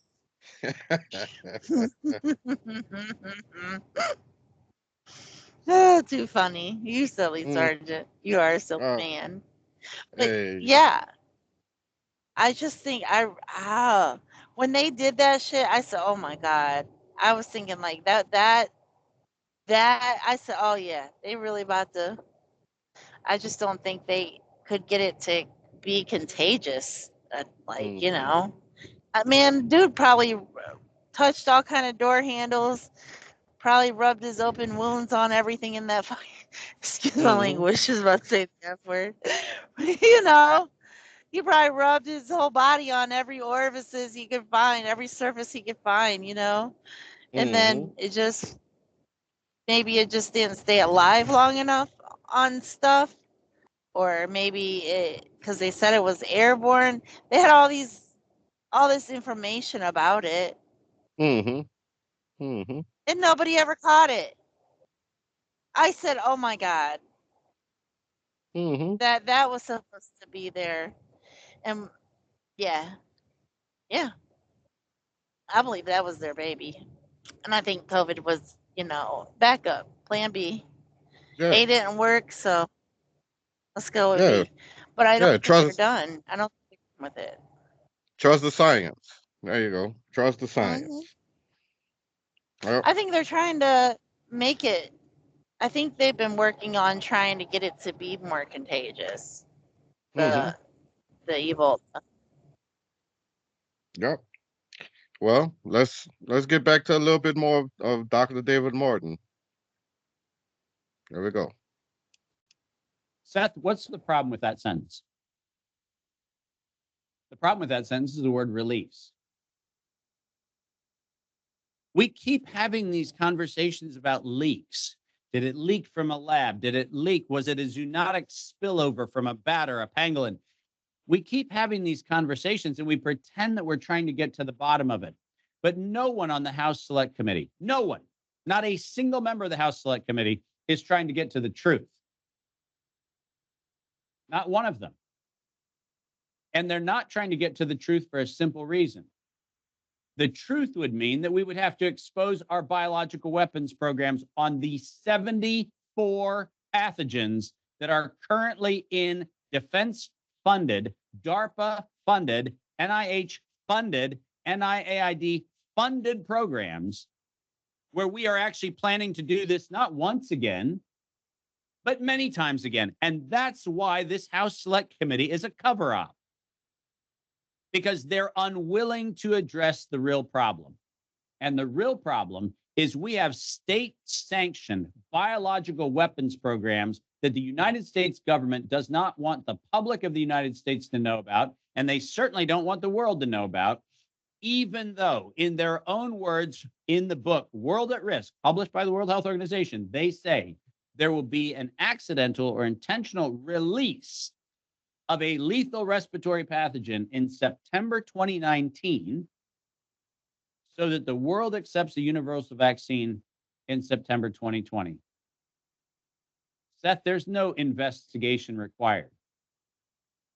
The conversation that should have been happening with Anthony Fauci should have been an antitrust felony case where, starting with his early 2000s Sherman Act violations of price fixing, of market allocation, of anti-competitive collusion, of domestic terrorism, we should have had a RICO case where Anthony Fauci was on trial in front of a district attorney, in front of a court, in front of felony convictions.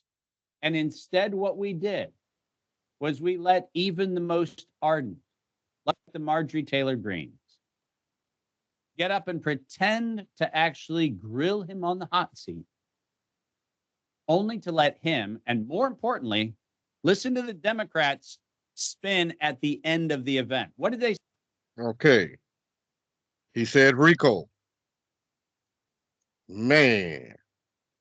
Mechanic, what do you got to say about that, Mechanic? Let me see what Mechanic got to say about that. This is a poke in the chest of the American citizen. We don't give a damn about you. We're in charge of your country. We're going to push you around. We're going to bring in communist dictators, and we're going to make them feel at home, American. And Thank you for that, Mechanic. I'm glad you're pissed off. There you go. See what I'm saying? Better than being pissed on. All right. All right. Boy. Yeah. You grew up in the hood. Yes, I did. I grew up rough, but it's all right. Rough and rugged, baby. Hey. But yeah, hey, ain't nothing wrong with it. But yeah, you said you grew up in the hood when I said that. Yeah. Um. Yeah, this is what I see them doing, and it's so jacked up. Like, they'll hit us with 50 things at once. So while you're trying to fight this battle over here with COVID vaccines and blah, blah, they're over here, you know what I'm saying? Passing bills on God's chosen while they're over here starting war with Ukraine or, whoever, Russia. And then over here they have the transgender story hour in your classroom.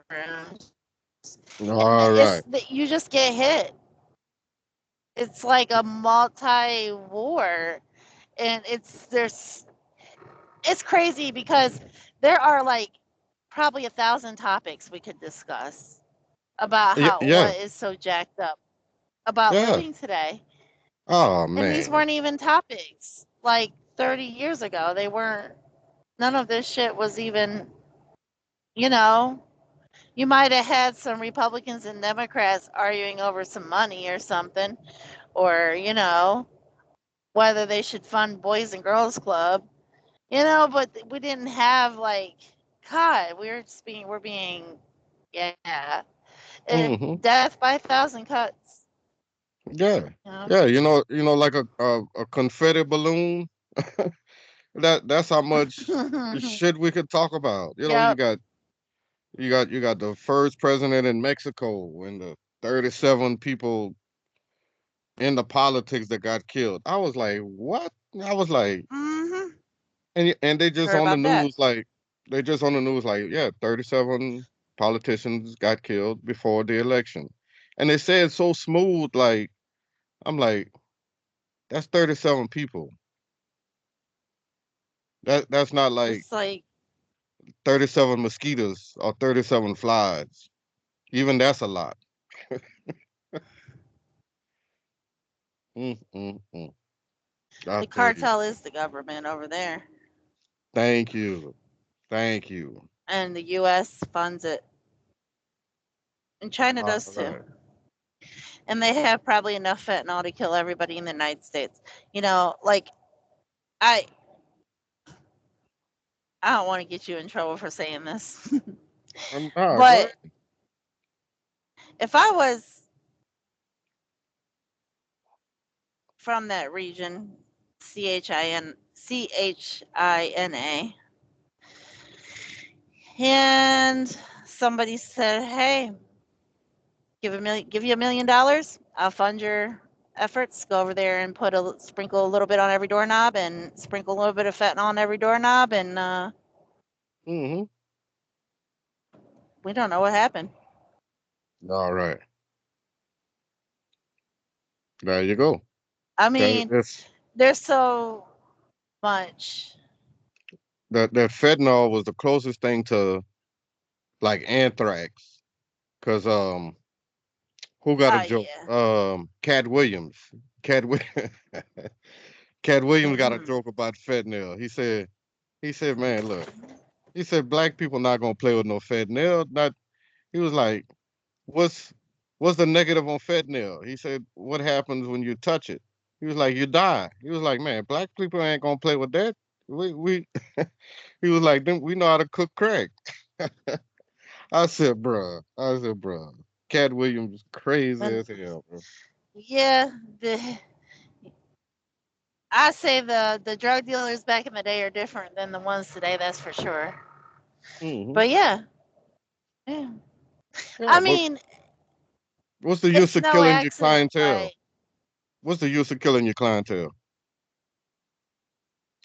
It's like putting a bomb in the gas at the Well, gas a lot pump. of them don't know what's in there. A lot of them don't know what's in there. You know what I mean? So it's like you'll get some, and I've heard of this. You'll get some heroin. I've heard Hmm. of it. We had bad batches come in Dayton. Hmm. Don't ask me Yep. how I know. I'm not supposed to. But Well, yeah, bad batch of heroin. I mean, it's not on purpose, but you get a you bad batch, you and air it. You air in the streets. You can't help it. yeah, my ears to the streets. Hmm. But yeah, you get a bad batch, and yeah, I mean, and they'll hit you with they'll slap you with a murder charge, and you'll go to jail for the rest of your life. Hmm. Yep. But you didn't know, you know what I mean? All you was trying to do is make some money, man. It's not. I mean, I'm not gonna say people didn't die from crack because it probably did happen, but The crackheads were even different back. The crackheads are even different than the heroin addicts today. Oh I man, mean, they'd look, at least work on your car, fix your house, and do a good job. I cuss Functioning these as hell. crackheads down the street from me. Got them crackheads. I said, man, y'all some lazy crackheads. I said the crackheads back in my day, they would change the transmission with one arm and put your belt on with the other one, and for $40. I said, come on, man, y'all. They lazy today. You're right. They wanna scam people online. They Cash wanna app. cash app, and they wanna well, you can get pretty much any kind of sexual gratification you want out of probably either gender. You know, that's all I'm gonna say. Like they don't want to work; they'd rather take it up the butt. Yeah. Start a crackhead starting on OnlyFans. Yeah, that too. You want to sit here and watch? Sitting here smoking a pipe in my panties, looking at.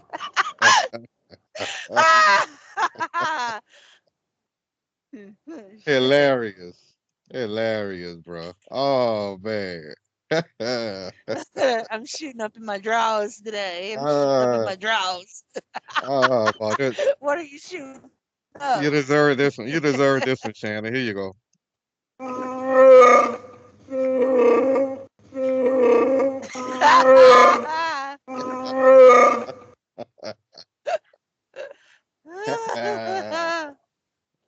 Oh Oh boy. shit! We just having Shooting fun, up in man. my drawers. Shooting up in my drawers tonight. You watch my Mm-mm. OnlyFans. Shooting up in my drawers. Shooting up in my dirty panties. Oh Shit. Lord, Lord. Just take a guess on what I'm shooting up. Shit. That's Oh funny. boy. Well, ladies and gentlemen, you're listening to Revolution.radio, freedomslips.org, freedomslips.net. And I am Sergeant Miller. And this is First Formation. And I got a partner riding shotgun, literally in an 18 Yep. wheeler, Trucker Shannon. You hear that? There you And go. there you go. There you go. Yeah, somebody gonna come knock on your door. Hey, you need some help? You blowing the horn like that? I'm driving. They ain't nobody in I only do that when ain't nobody around me really. Mm-hmm. Or if a little kid does a fist pump, I get a fist pump every now and then. I had to do it because Mm-hmm. I like that. But yeah, and then our kids, like what are our children gonna have? Like I thought inflation, the way it is nowadays, I thought we would have bread fights in the streets. Like I really Mm-hmm. thought, like if they up the rent, I said if they up the rent $100, man, I said people are gonna be out there in the streets ready to fight. Like, Mm-hmm. Mm-hmm. and didn't happen. I'm like, huh? The hell? I was at my friend's apartment complex swimming. I'm like, how much y'all pay rent here? And she said, oh, I pay 1,050 a month. And then the other there's a lady listening to us. She chimed in. She said, oh, I'm paying 1,100. I'm like, what? Mm-hmm.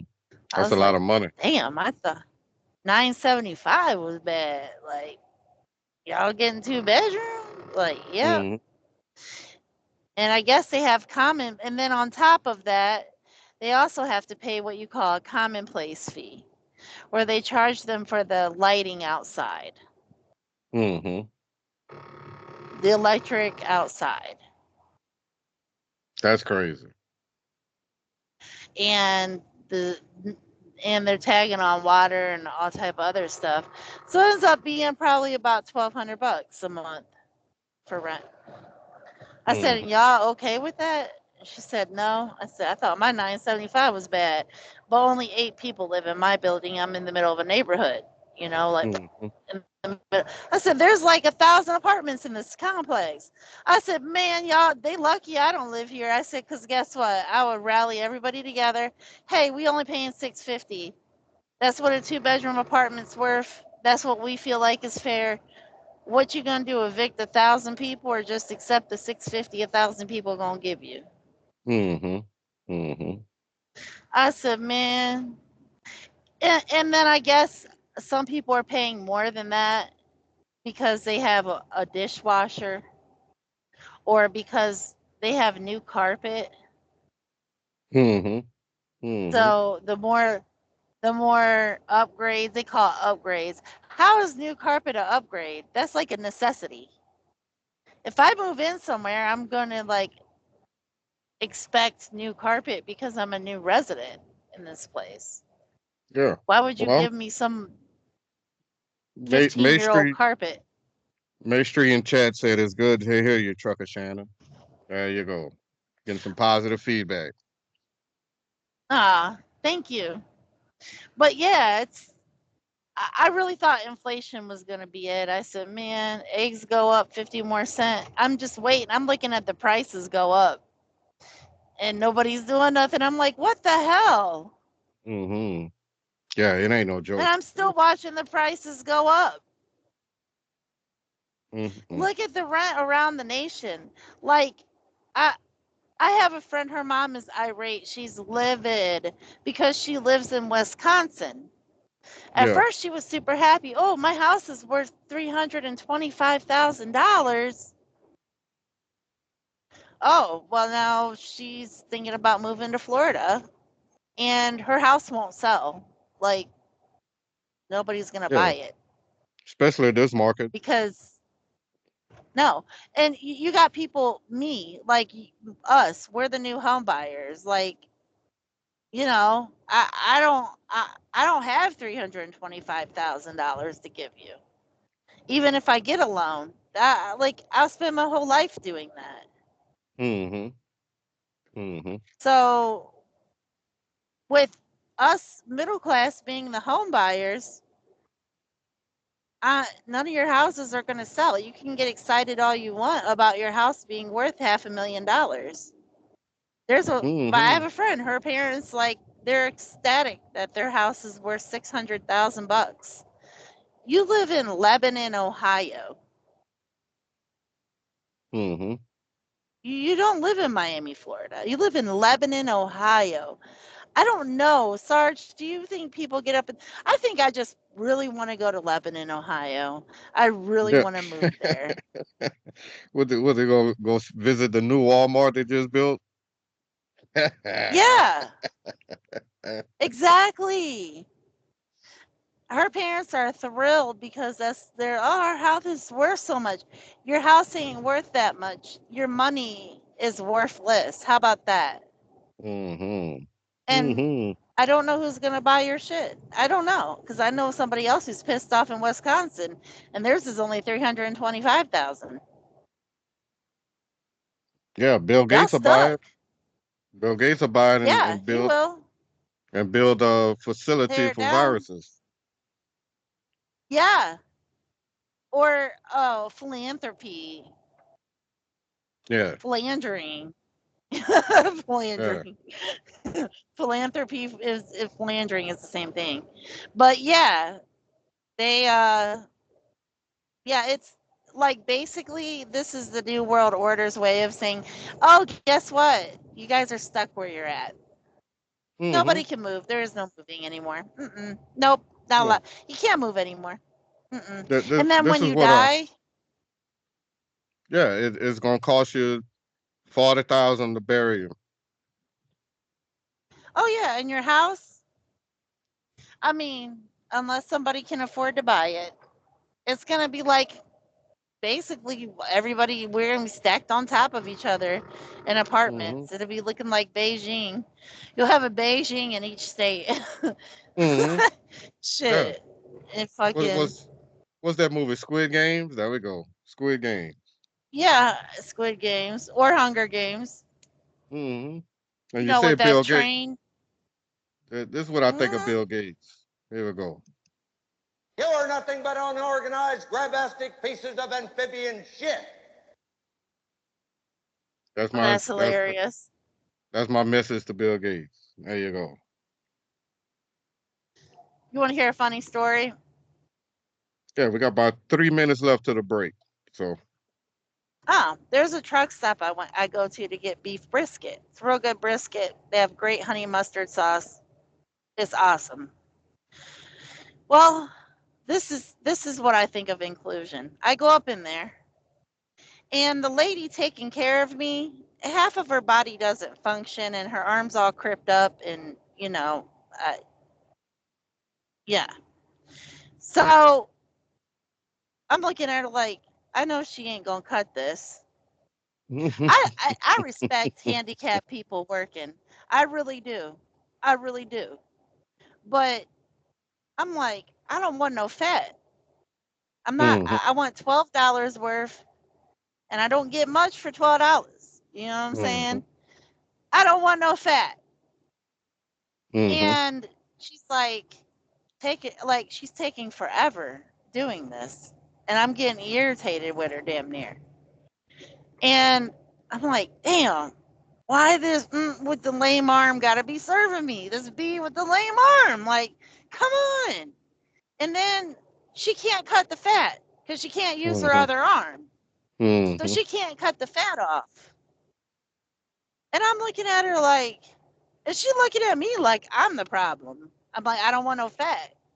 And her other coworkers with 2 functioning arms are just staring at me like I'm the freaking problem. yeah, like you insulted her. You know what I said? I can't say it on Rev Radio, but man, why don't you hire somebody with 2 functioning arms? You know, I was like, this is the problem with inclusion. Everybody ain't equal.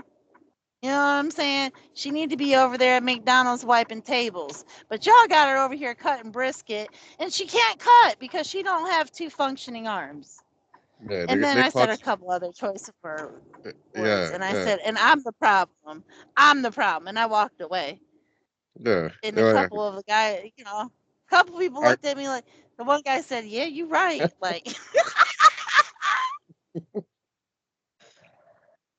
hilarious. Oh boy, I could see you with the chart. F around and find out on scale number 8. man, don't try to sell me a bunch of fat and you can't even cut the fat off, man. Oh boy. I guess you had to go to Burger King to get it your way. There you go. I got fries from McDonald's. That's what I did. All right. Well, this is the end of the second hour. We'll be back for a third hour. This is Sergeant Miller with First Formation along with Trucker Shannon. We'll be right back. You're listening to Revolution Radio at freedomslips.com, and we'll be right back after this message.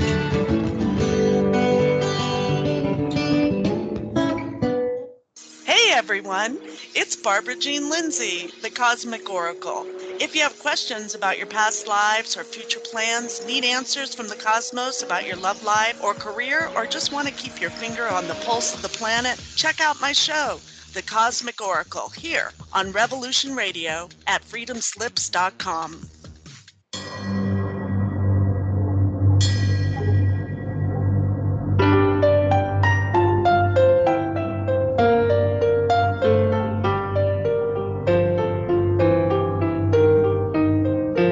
Did you ever feel that things were not quite right? That everything was just ever so slightly askew? Do you have, to paraphrase Morpheus, a splinter in your mind? If you're interested in hearing the latest information about UFOs, the paranormal, ancient cultures and structures, monatomic elements, longevity, fantastic discoveries in science, downloaded to your brain, then tune into us. Hi, I'm Dave. And I'm Mackie. And we are Shiny Side Out, Sundays 2 to 4 a.m. Eastern. See you then. Revolution Radio, freedomslips.com. You don't need to expect us. We're already here. The Secret Kindergarten is here for the young children of the world. The best program on the radio for kids. dealing with the most important topics in the whole universe. Fairy tales, music and movement, numbers, plants, animals, fun, colors, insects. Take care and cast your ears out to catch a story from the world of other young things. Reach out, up, under, and over. Sing a song. Talk about feelings. Just remember the magic word. The magic word is no. Step on into the secret kindergarten. Saturdays, 2 p.m. to 3 p.m. Eastern Time, right here on Revolution Radio.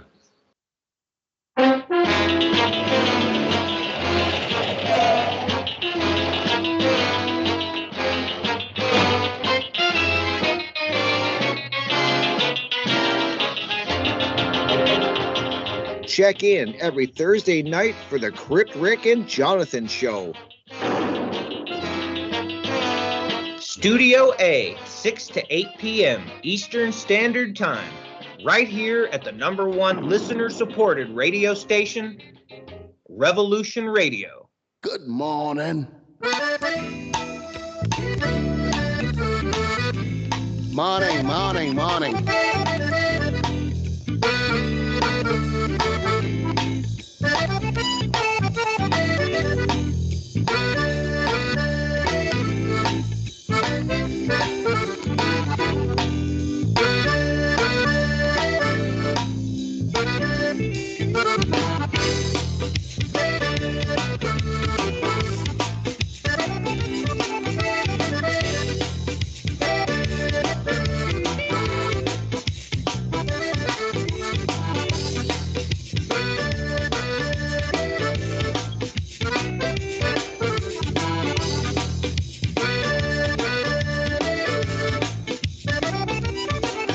I know you thought that I was believing and sleeping for oh so long. The things behind my back that you were doing were oh so wrong.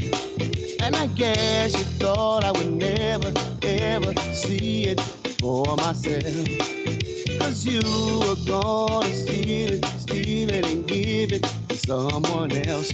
But now I'm awake like truck stop coffee. And I will never turn my back on you. Awake like truck stop coffee. It's time to pay for all the things that you do. Awake like truck stop coffee. Cause you have broken all the golden rules. Awake like truck stop coffee.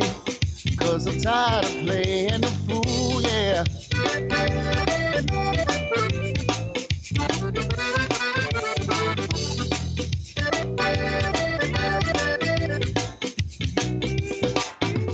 Truck stop coffee is the one for me.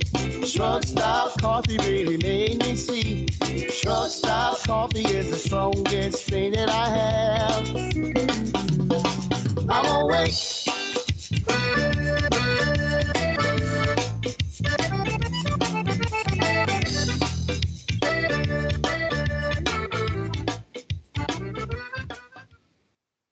Et toi, merci beaucoup. Comment ça va? Ça va bien? There you go. That old Keith Frank's article at Truck Stop Coffee.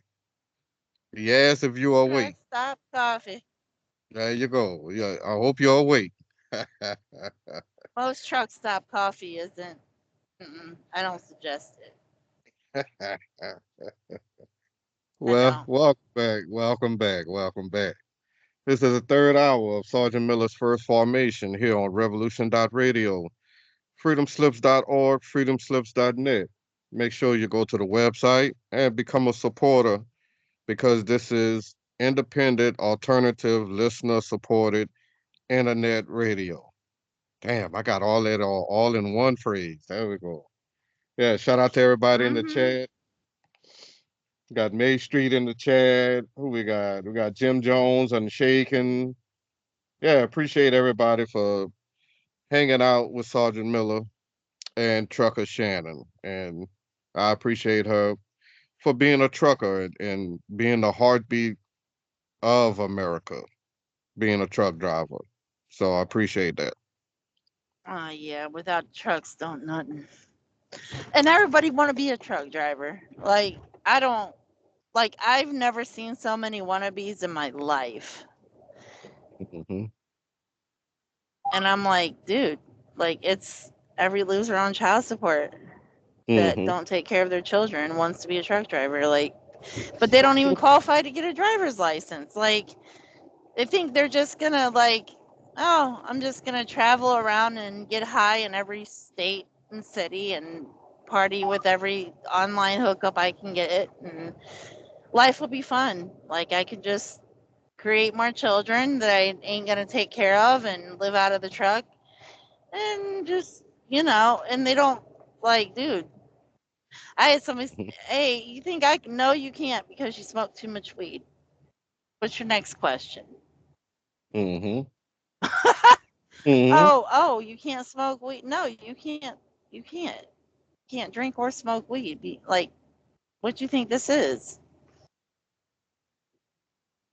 Yeah, yeah, yeah, yep, yep. You ain't never lying. I'm like, go get your driver's license first. Maybe you can be an Uber driver for a few years. I tell them just, because I know men in their 50s that they're just, they've already wasted their whole life. Like, just wait a few more years, you'll get Social Security. Like, you set it Mm-hmm. out this long, bruh. I know Mm-hmm. your mama on life support, but, try to milk her for another 10 years, lay on her couch for another 10 years, you'll be all right. Mm-hmm. It's Yep. sad that we're in that state. Yeah, yeah. That's a We're in that reality. Yeah, state. yeah. And a lot of it, like, I talked to my daughter's dad to get a male's perspective. He said a lot of men just they don't see it's worth it to work, because, like, you literally need $30 an hour. And like he said, Mm-hmm. like, being a man nowadays, like, being a man, you want to be able to buy a house and have your pride intact. You Mm-hmm. can't do that on any wage. There's no living wage left. Mm-hmm. Yeah, And he said for women, that economy crazy. yeah, he said a lot of women, all they got to do is have a baby and they're going to be all right. There's 20 years of government assistance if you can't make it. But ain't nobody going to do that for a single man. So a lot of the men are just helpless at this point. Mm-hmm. I was Mm-hmm. like, damn, I didn't think about it like that from a male's perspective. Yeah, because That $20 child an support. hour. Yeah, child support is Well, cool.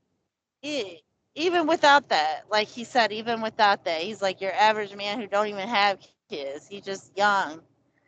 $20 an hour ain't gonna take care of him. Mm-hmm. It's not. He Yeah. said he can work his tail off, and most places don't want to give you more than 20 an hour. And that's Mm-hmm. even after, even if you go to college, you're not really going to find a job that pays more than 20 an hour. It's, Mm-hmm. everybody's at the same income level now. They've Mm-hmm. sandwiched the middle class.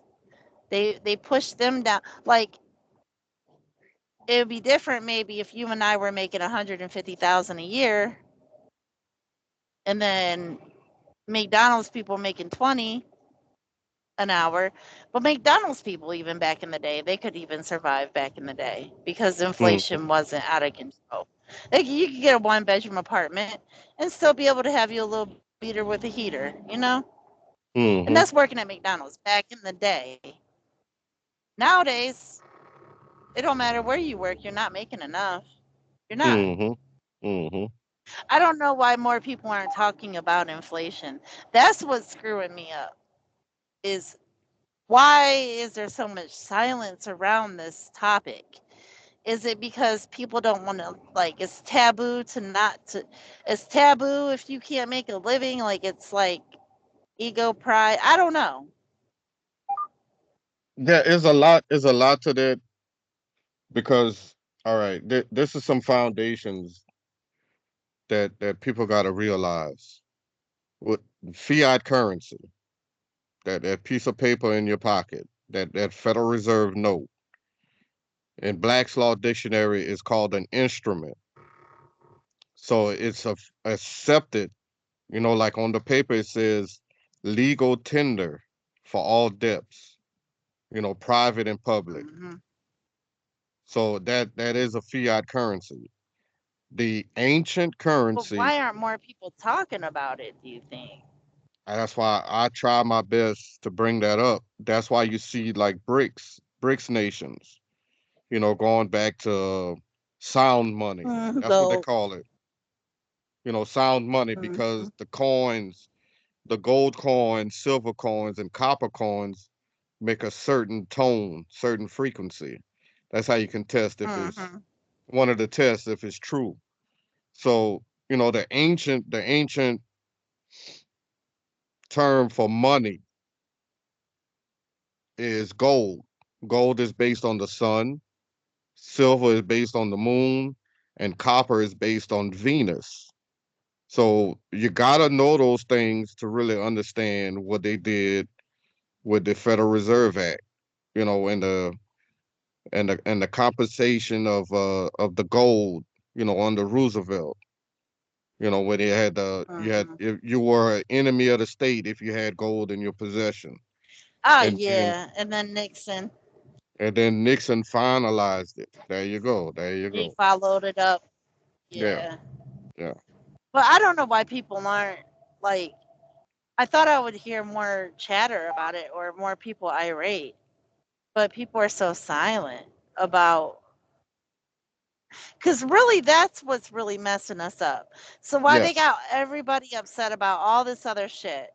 Your Hmm. standard of living is being flushed down the toilet. There you go. There you go. Cause all You right, can go on YouTube and even find like multiple videos talking about inflation. you in Ohio, how much rural and uninhabited land you think is in How dare Ohio? you? How dare you say? How dare you call me a hoe? You said oh hi ho. Yeah, I'm not a hoe. I'm joking. But That's yeah, a good one. well, Ohio is one of the lower. They say it's one of the lower cost of living places to live, whatever. But it's not. It's really Mm, not. It's just as hard everywhere. Like everywhere's. I guess. What you trying to save? What $75 a month? Maybe like yeah. what's $75 a month now? I mean, Yeah. if it's $75 less a month on average, compared to other states, I don't Hmm. think you're saving a whole lot by moving to Ohio. Yeah. It But just like you said, our quality.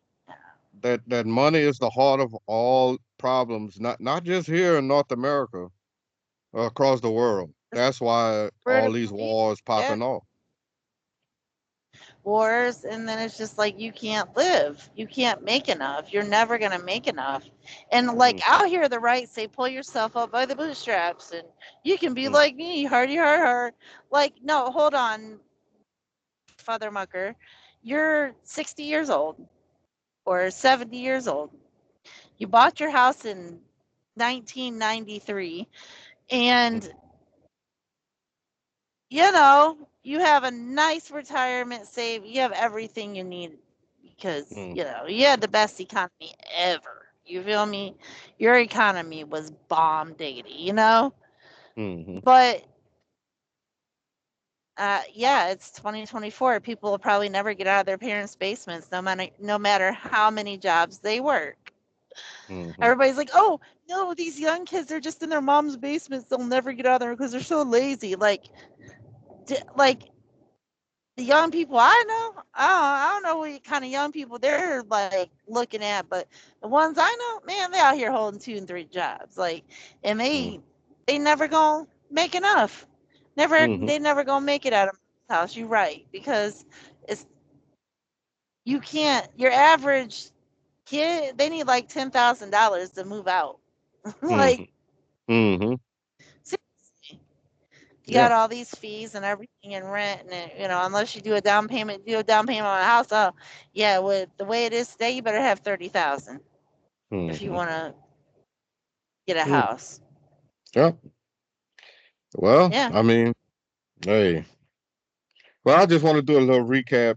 The first hour, we talked about Fauci. Second hour, I brought up Dr. David Martin showing the contradiction of those committees. So here, I would like to play a little bit of Taj Tarik Bey, giving his insight on a lot of these things that's happening. So I hope y'all enjoy it, and hope you enjoy it too, Trucker.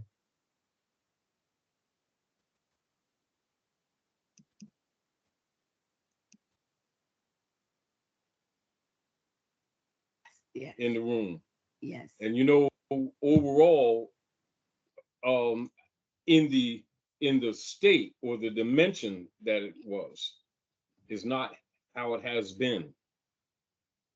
It is that energy where there's a healing, not an energy of competing genders, an energy of nurturing, an energy of caring, an energy of resolution, or an energy of restoration, an energy of inspiring the warrior nature in the men, as it was prior to fall.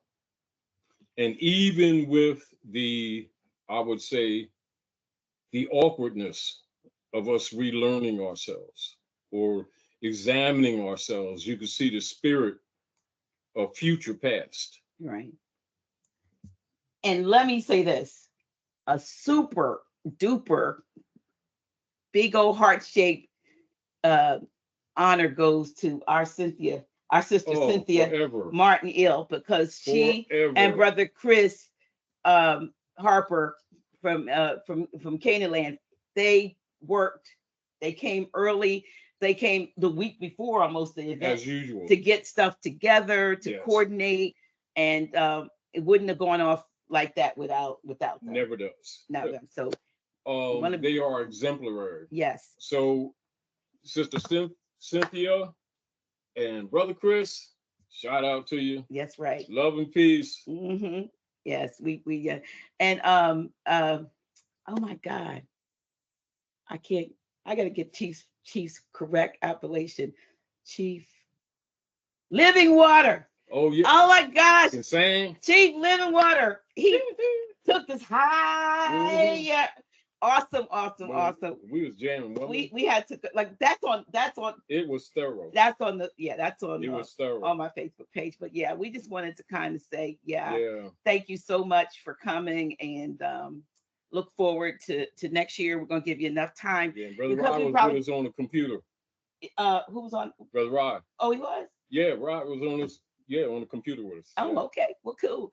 Somebody asked about Consul General. He called in. Mm-hmm. He was not able to make it, and then also Brother Yakuba. But we have some updates. I was talking to Brother James earlier. Okay. Actually, when I was downstairs, that's why I was, so we have some updates on that, and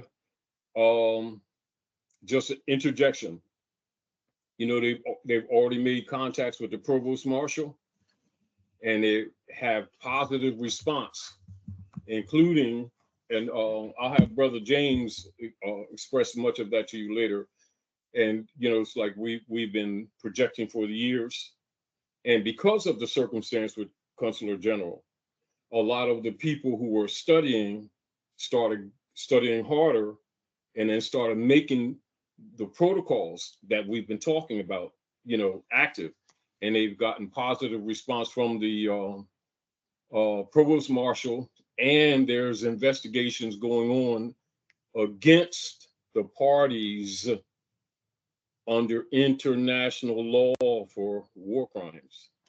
And everybody probably does not know. I already know. We're not even going to get into that. There, but I'm throwing that out there. All right. Because people, when they come on, they ask, what is the status for those that know for Lamont, right? Right. So those are things that's going on the geopolitical level, actions by people who have been studying and then studying because of their frustrations and surprised to find the responses that were unexpected to them. But we already knew, in principle, if we enforce the law to the right party, then you get a response. And that's why we always remind people, if you really want to comprehend the politics, the geopolitics, in a nutshell, even though there's more extended study, always study the assistant attorney's letter of Anna von Rees for the Pope of Rome to Barack H. Obama, civil orders, tells you the politics. Okay, before we go any further, Silver and Gold, you must be new to the channel. Maybe you're not, but to answer your question, no, we are not married. This is my big brother. No. So anyway, moving the topic. Let's see how tonight's today's topic came to be. Of course, it always normally comes out of us having a conversation. We just the way we talk regularly, and sometimes something strikes me and I get the light bulb goes on, and then I call so I call you, and then you give me like a I'm sorry, you give me a y'all know what he gives me, like a long response, a whole lecture class. And so we're like, well, why don't we talk about this? So I was looking at something, and I said to Grand Sheik, you know what? We already know that we talked about it. They give us signs, they give things that are hidden in plain sight, signals, sigils, and all these things. I mean, you would, when you really get into it, you would find out that almost every major corporation who has a symbol doesn't just have a symbol, for instance, because it's cute. It's not haphazard. It's not. It has some kind of meaning, or it's a sigil that creates an outcome, an expected outcome, or protects whatever they're in a position. Right. So, and so what we decided to do, because neither one of us had really looked. I had looked at part of what kind of even set it off further, is I had looked at part of the movie Leave the World Behind. Oh yeah. But didn't really look at it. And Grand Sheik had not looked at it at all. And so we were sitting with the couple who were had rented the Airbnb, and we wanted to make sure everything. This was like sort of after the conference, and after the conference. And so I clicked it on, and I was talking about some things that we saw right off the bat. Clearly. Right. And so with that, if anybody has seen that, can probably name a whole, actually in the chat, if you saw Leave the World Behind, I would like you to put in the chat what was the absolute first thing that struck your mind. With, like, say, when it first came on, starting from the beginning, was there anything that struck you as, and this was like a after the fact, because when we looked at the dates, it was it was after. I guess it came out after some certain things happened. Yes. Did anybody in the chat? Also, who were the producers? Oh, well, y'all know who the producers were, right? Who were the producers? Yeah. Because remember, somebody saying racism. Somebody said the ship. Somebody said the music. I think they just saying peace because that wasn't there. Go ahead. Yes, all of that. Yeah, that was. Yeah. Anything else? Come on, y'all. It's over 400 and some of y'all in the chat. If you saw it, was it anything? Okay, so she's saying Obama, Barack Obama. So Barack and Michelle assist because I didn't see the movie complete. Right. Although I saw some of it because Dr. G turned it on, and of course we were busy, and I didn't get a chance to see it all. But just from the energy that I was picking up from colors, right, staging, shading, placement, I was picking up a lot from the first thing I picked up, because I haven't seen anybody say it yet, was the color, and I brought it to y'all's attention. It was the blue. And if you the very first thing I saw was blue, because when it came on, the man was in, it was that color blue. The man was in the bed, and the whole apartment or whatever condo they lived in, the back wall was not only was it prominently blue, it was old. You could tell it was an old wall because it had cracks in the, it had cracks in it, and then there was a lot of blue. She had on blue, blue. Even when they changed clothes, light blue shirts, right? Cobalt blue blouse and shirts, right? Pictures, the screen to the TV, the shade in the background, the blue sky through the windows. So here's what I got from the blue. The blue car. Yeah, the first thing that struck me with the blue was there was some instances where, not just red roofs, but there was what happened over in the island. Yes. You know, was it Maui, wherever the, Maui, the fire, whatever. Yeah. There was some talk about blue things that didn't burn too, right? Yes, blue on the roof. Blue, y'all. So the very first thing that struck me was, oh, the blue. Why are they throwing blue in our face? Blue. And like that. Why is the blue so prominent? And you're right. Then the next thing, and that, like I said, that was in the house. Yes. The next thing that I saw, once they got there, like you are saying, it was the ship. And if you, with the white lion coming in, and if you all know about White Lion, that allegedly was a slave ship, supposedly. Yes. The first so-called slave ship that came in was called the White Lion, right? Mm-hmm. So contemporary slave ship. Yeah. And but this was very contemporary. Yeah. It was a contemporary ship with a old name on it, as if it was a sign or a signal of something to, you know how they say history repeats itself. Yes. Y'all, right? So I'm looking at things now, like, you know how they say see it again for the first time. You look at two cycle periods or time periods merged that implied or attached to a story that represents a time period not included in the symbolism that's presented. So you have not ancient, but older and contemporary merged, when logically with the production, they have the opportunity to do what you call costuming, reproducing the storyline according to the timeline, meaning that they could have used a sailing ship, you know what I mean, with sails, the old wooden ships. Of course, you already know, structurally, the old ships would not have logistically been equipped to actually produce the diaspora story anyway. But that's a signal. Then the other signal is the modern ship indeed also is not equipped or capable of producing the diaspora as written. So when you look at that contradiction, the point that I recognize with that is that it projects you to think. Noticing the ship is not unlike them making a movie with George Washington and him talking to Lafayette, and he has an iPhone and Lafayette has an Android, but they're projecting a point of history.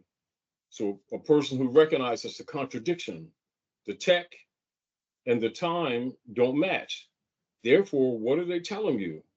That the story is bogus. Right. Now, one of the things we know, for anybody who has seen, who has seen any of any of the background about the movie, is that Obama said, there was one instance where they said they used a lot of knowledge of things that they had knowledge of, went into their consulting, but they were more than consultants of putting that together. Yes. And then, I saw an interview with Michelle Obama talking about being fearful of the future based on things that she had experienced during the time in the White House or something like that. And so you could see that they had put a lot of that. Also, things that you could that even though I didn't see that those comments by her on projecting, you know, the energy, that she's also signifying that there's some things that they can't say, so for their own safety and for the circumstances. So they're saying it in signals, in signs, and for those who see it, see it.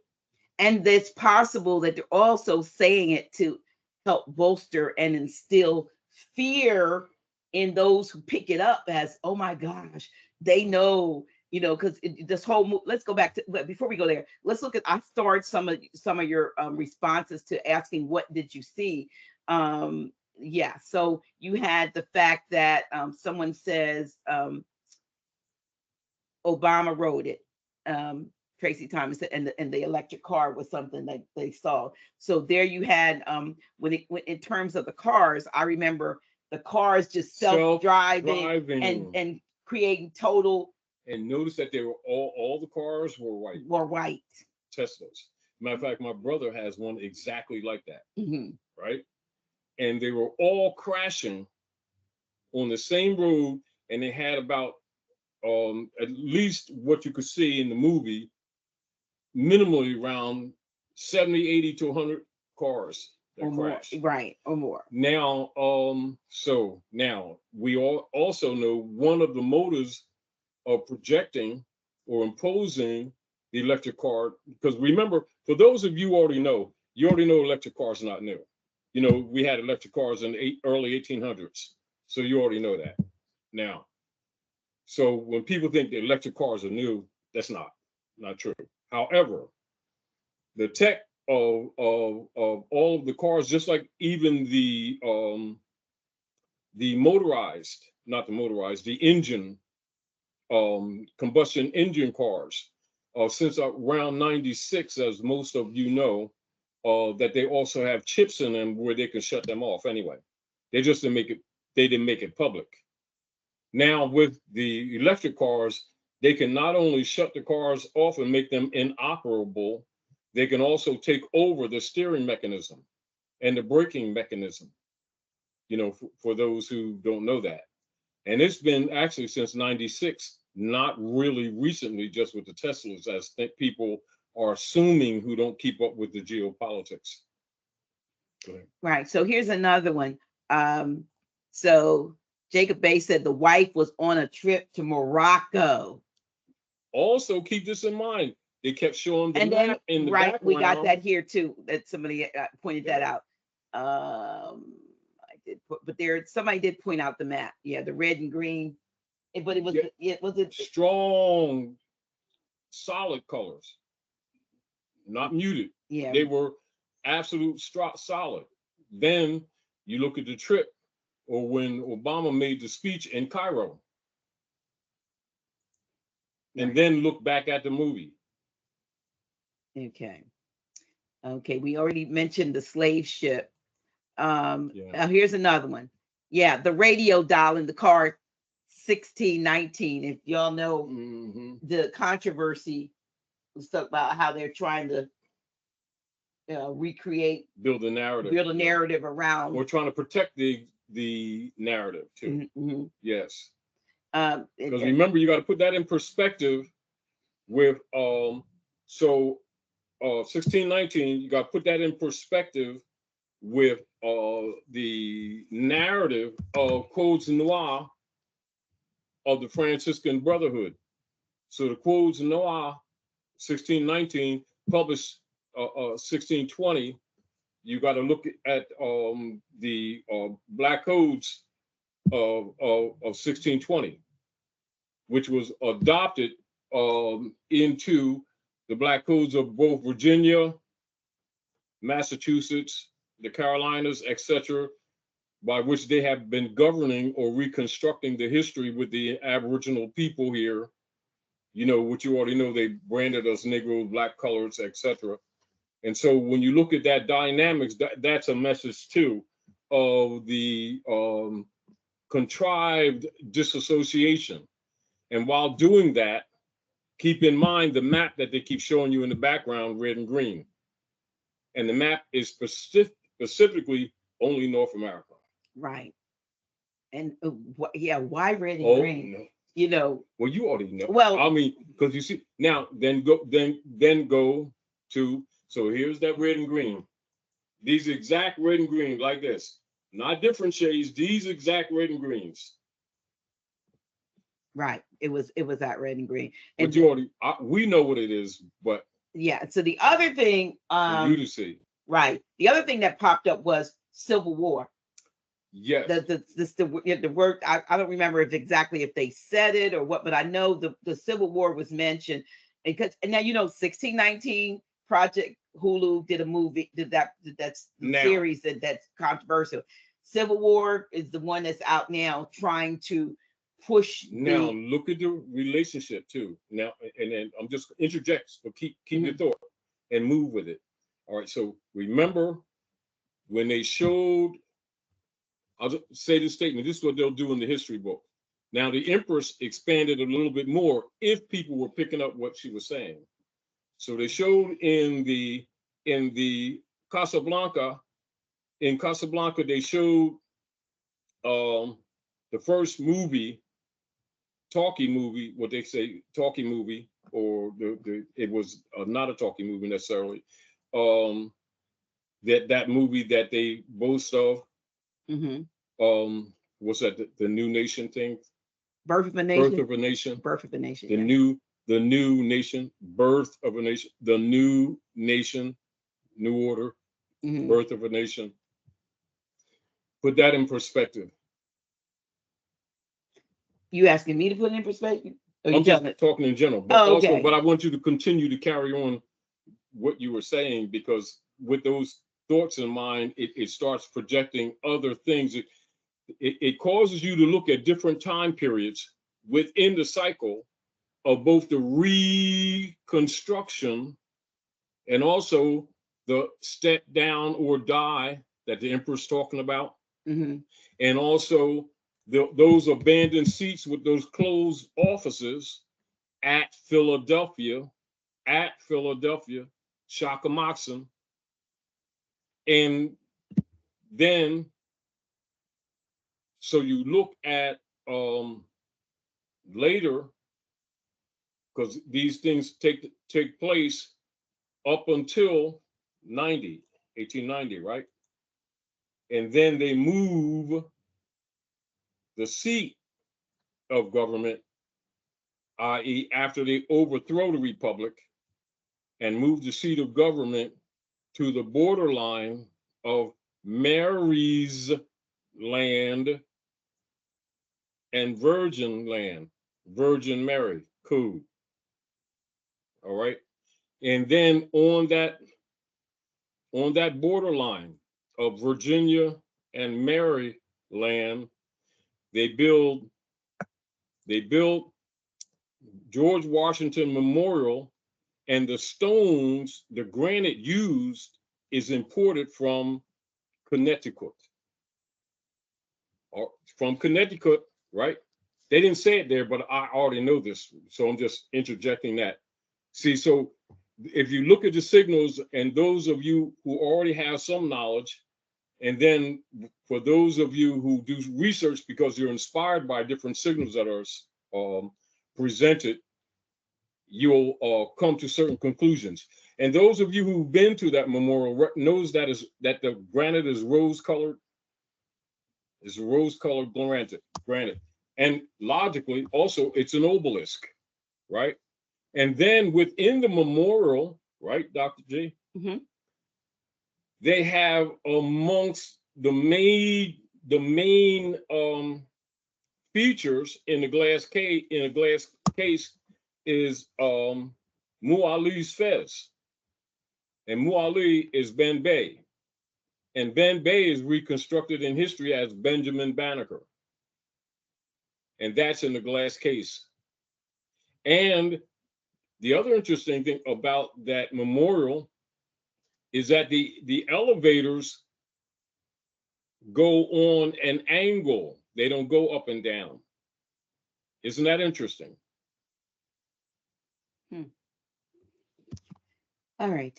So yeah, so there was a lot of different things going on. I mean, even the dynamic, and we're going to get into some other things other than this movie, but even the dynamic that started out, like when you see the inference of Julia Roberts' character with regard to HG or whatever his name was, and his daughter's appearance there, and that the thought that could be their house. And then all of the different possibilities. And they were renting, and then of course she was a little surprised, but that big estate, of course, basically didn't say it, but showing you everything who's the real heirs of the estate, right? So signals, but it inferred like you couldn't possibly also that they could not possibly be the owners of this, and then we thought and said yes, of this vast estate. Yes. So that was indicative of that.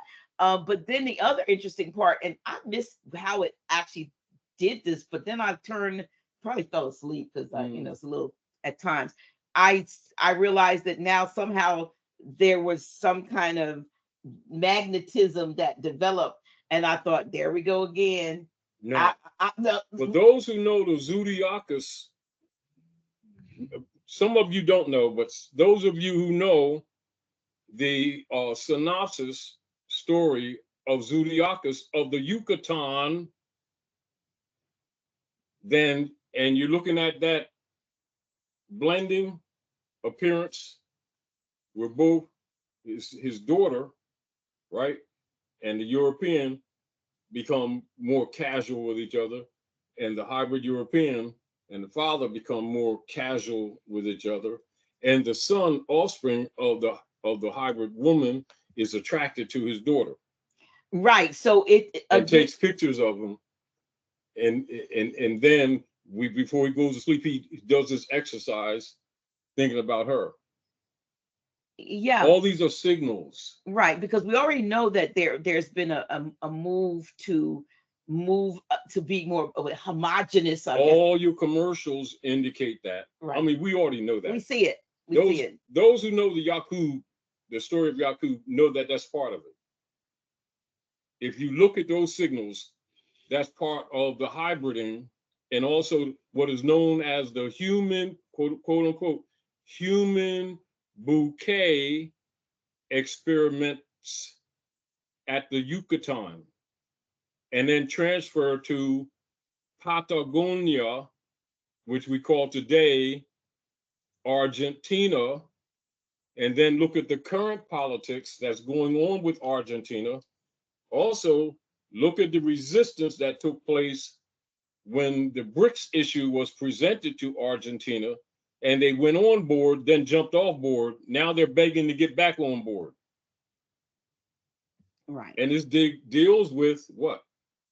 The dumping of the treasury bonds of the U.S. corporation set forth 1862 that the Empress talked about.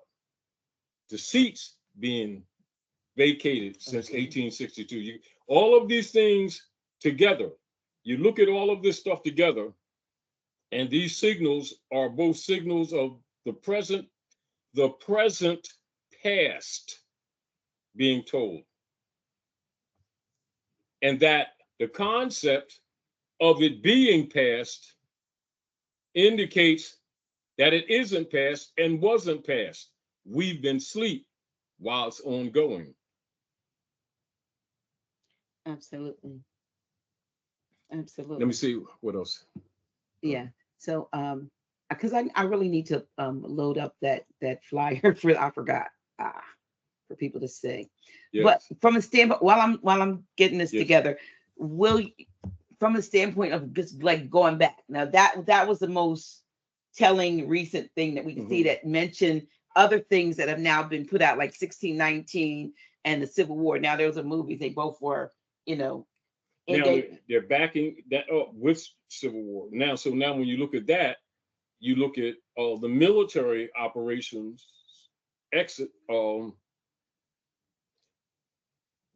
produced, or what you would say, presented to all the politicians here, known as King Alfred Executive Order 11490.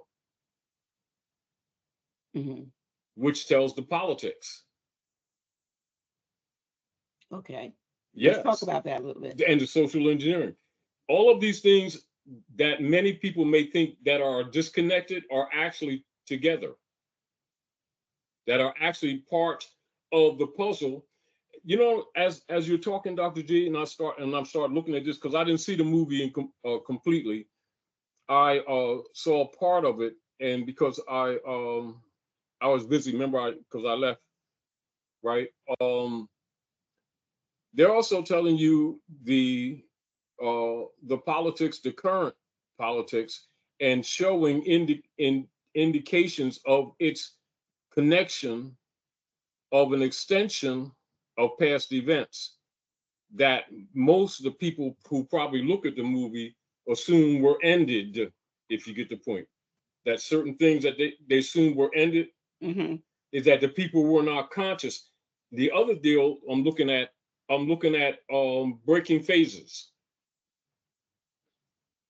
That actually some of the things that have been phased as past tense were actually projections of present tense. But if you look at it and start really thinking, now I'm projecting this, admittedly, not seeing the whole movie because so I'm telling you that already.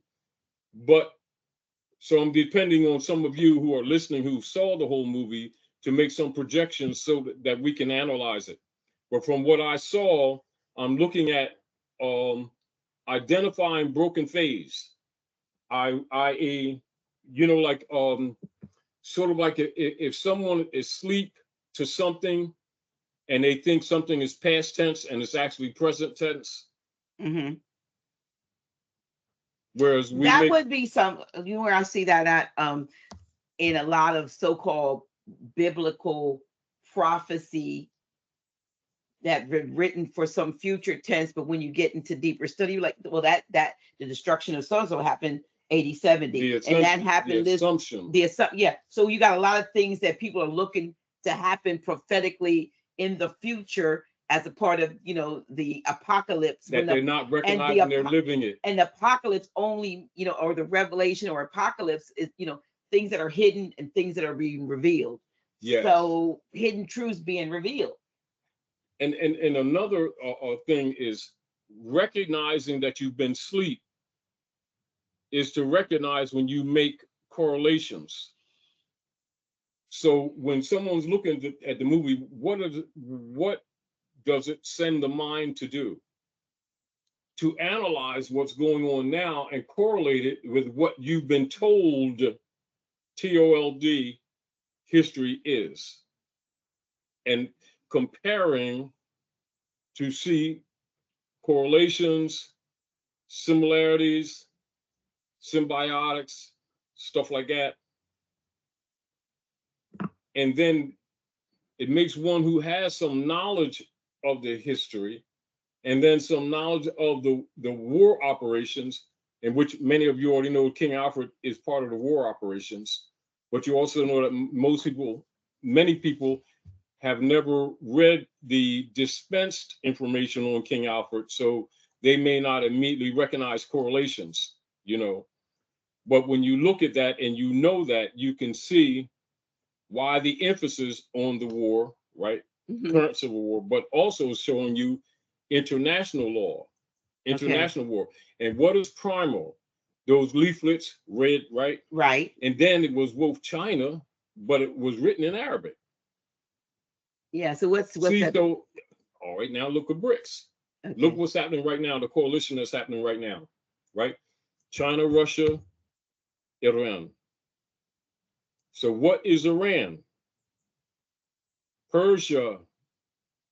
Okay. So now you look at Persia, you look at the movie 300. Okay. The movie where all the gladiators were? That one? 300. As a matter of fact, the brother that started it used to talk to me on Wednesdays. I think they killed him, though. The brother was chief of the Navajo. You go ahead. I'm just doing something. Yeah.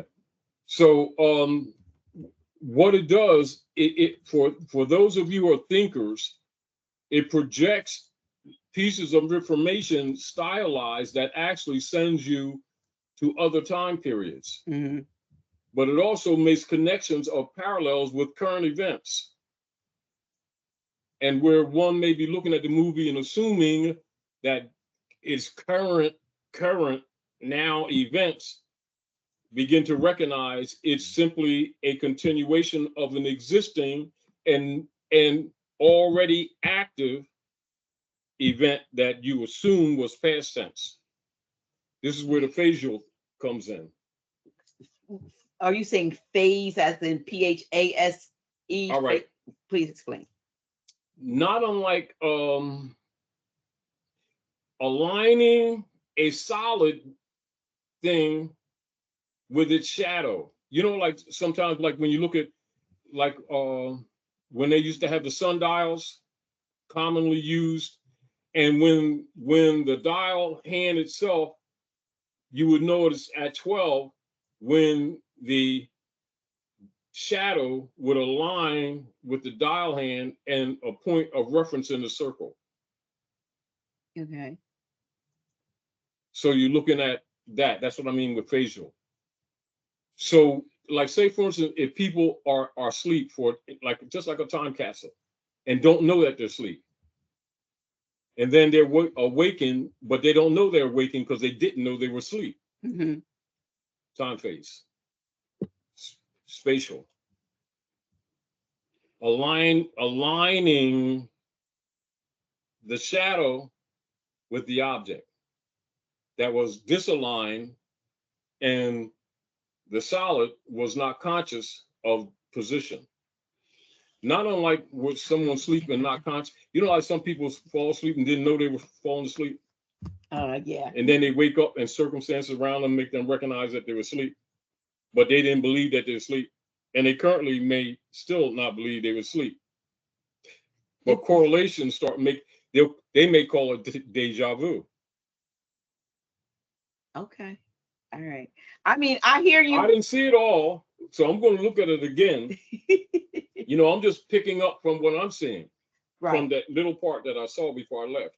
You know, but and that's that movie, y'all. But when now in hindsight, Grand Sheik, yes, I can look back at a lot of things and see how, even if it wasn't something that actually happened in the past or whatever, how we were being steered to a certain mindset or a certain state of being as a result of the things that were put in front of us and before us. I mean, like, let's switch gears a little bit to right now, and let's talk about the fact that we are inundated with the business of the hip hop community and all of that stuff. For instance, it signals something. I mean, some are saying it signals the death of hip hop, but I'm not so sure. Because maybe it may be a purging. It may be a purging. It could be. Because remember. But see, here's the deal. What we call hip hop is old. Well, yeah, but when you say purging, you and the folks in the background, the hand that rocks the cradle, so to speak, is still in the shadows. We're going to Rex 84. Yeah. Which is written. Yeah. All right. All right. And as a matter of fact, sometimes when we're talking these things, when people bring that up as, oh, look what's happening now, and I would mention, even though it's before then, you know, with Bessie and the rest of them, Bessie Smith and all them, I say, look at what they did to Billie Holiday as a pattern of what has continued to this day. Look at who her manager was, what he claimed to be, and him introducing her to heroin. And when you do deeper research, she didn't die in a hospital the way they portrayed it. They killed her.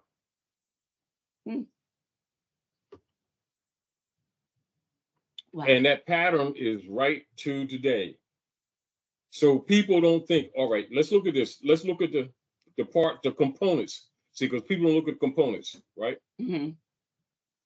Who controlled Billie Holiday?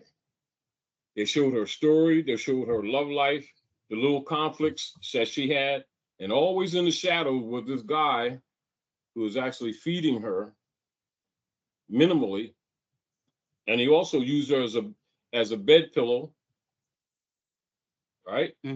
On the down low, right? Controlled the music, had the insurance policy on her. They don't emphasize that in the movie, but when you do research, you find that that's a part of it. Contract compromised her.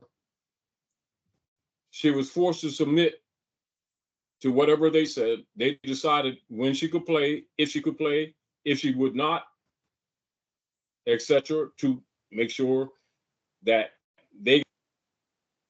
All right. Well, we got a couple minutes left. I just wanted to, bring that type of thinking because he talked about, the movies that be coming out. So from now on, after listening to that, you can figure things out with some of the movies or series that's being presented. So with that, Yeah, I want I to thank. agree with her. I like that. Can you send that to me? Yes, I will. I will. And it gets he gets a little bit deeper, but I just wanted to bring that out because it connects with what he said with the bringing the past, to the future. That's why I played Fauci back in 2017 and the comedian show last week of them in that hearing and then bringing David Martin. So I tried to make it a whole production entertaining. So I hope y'all enjoyed that.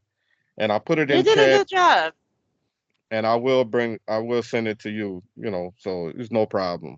No problem. Yeah, thank you.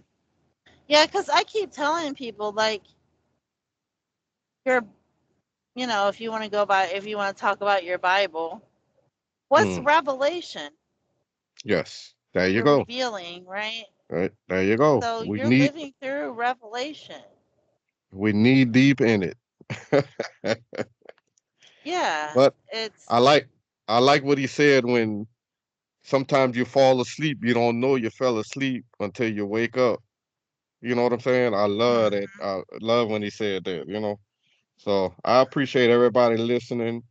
Show is about to end. You're listening to Revolution.radio, freedomslips.org, freedomslips.net. This is Sergeant Miller along with Trucker Shannon, and I hope y'all enjoyed First Formation. Y'all take care of yourselves, stay positive, and enjoy this next beautiful week. Till next Sunday, I'll see you later.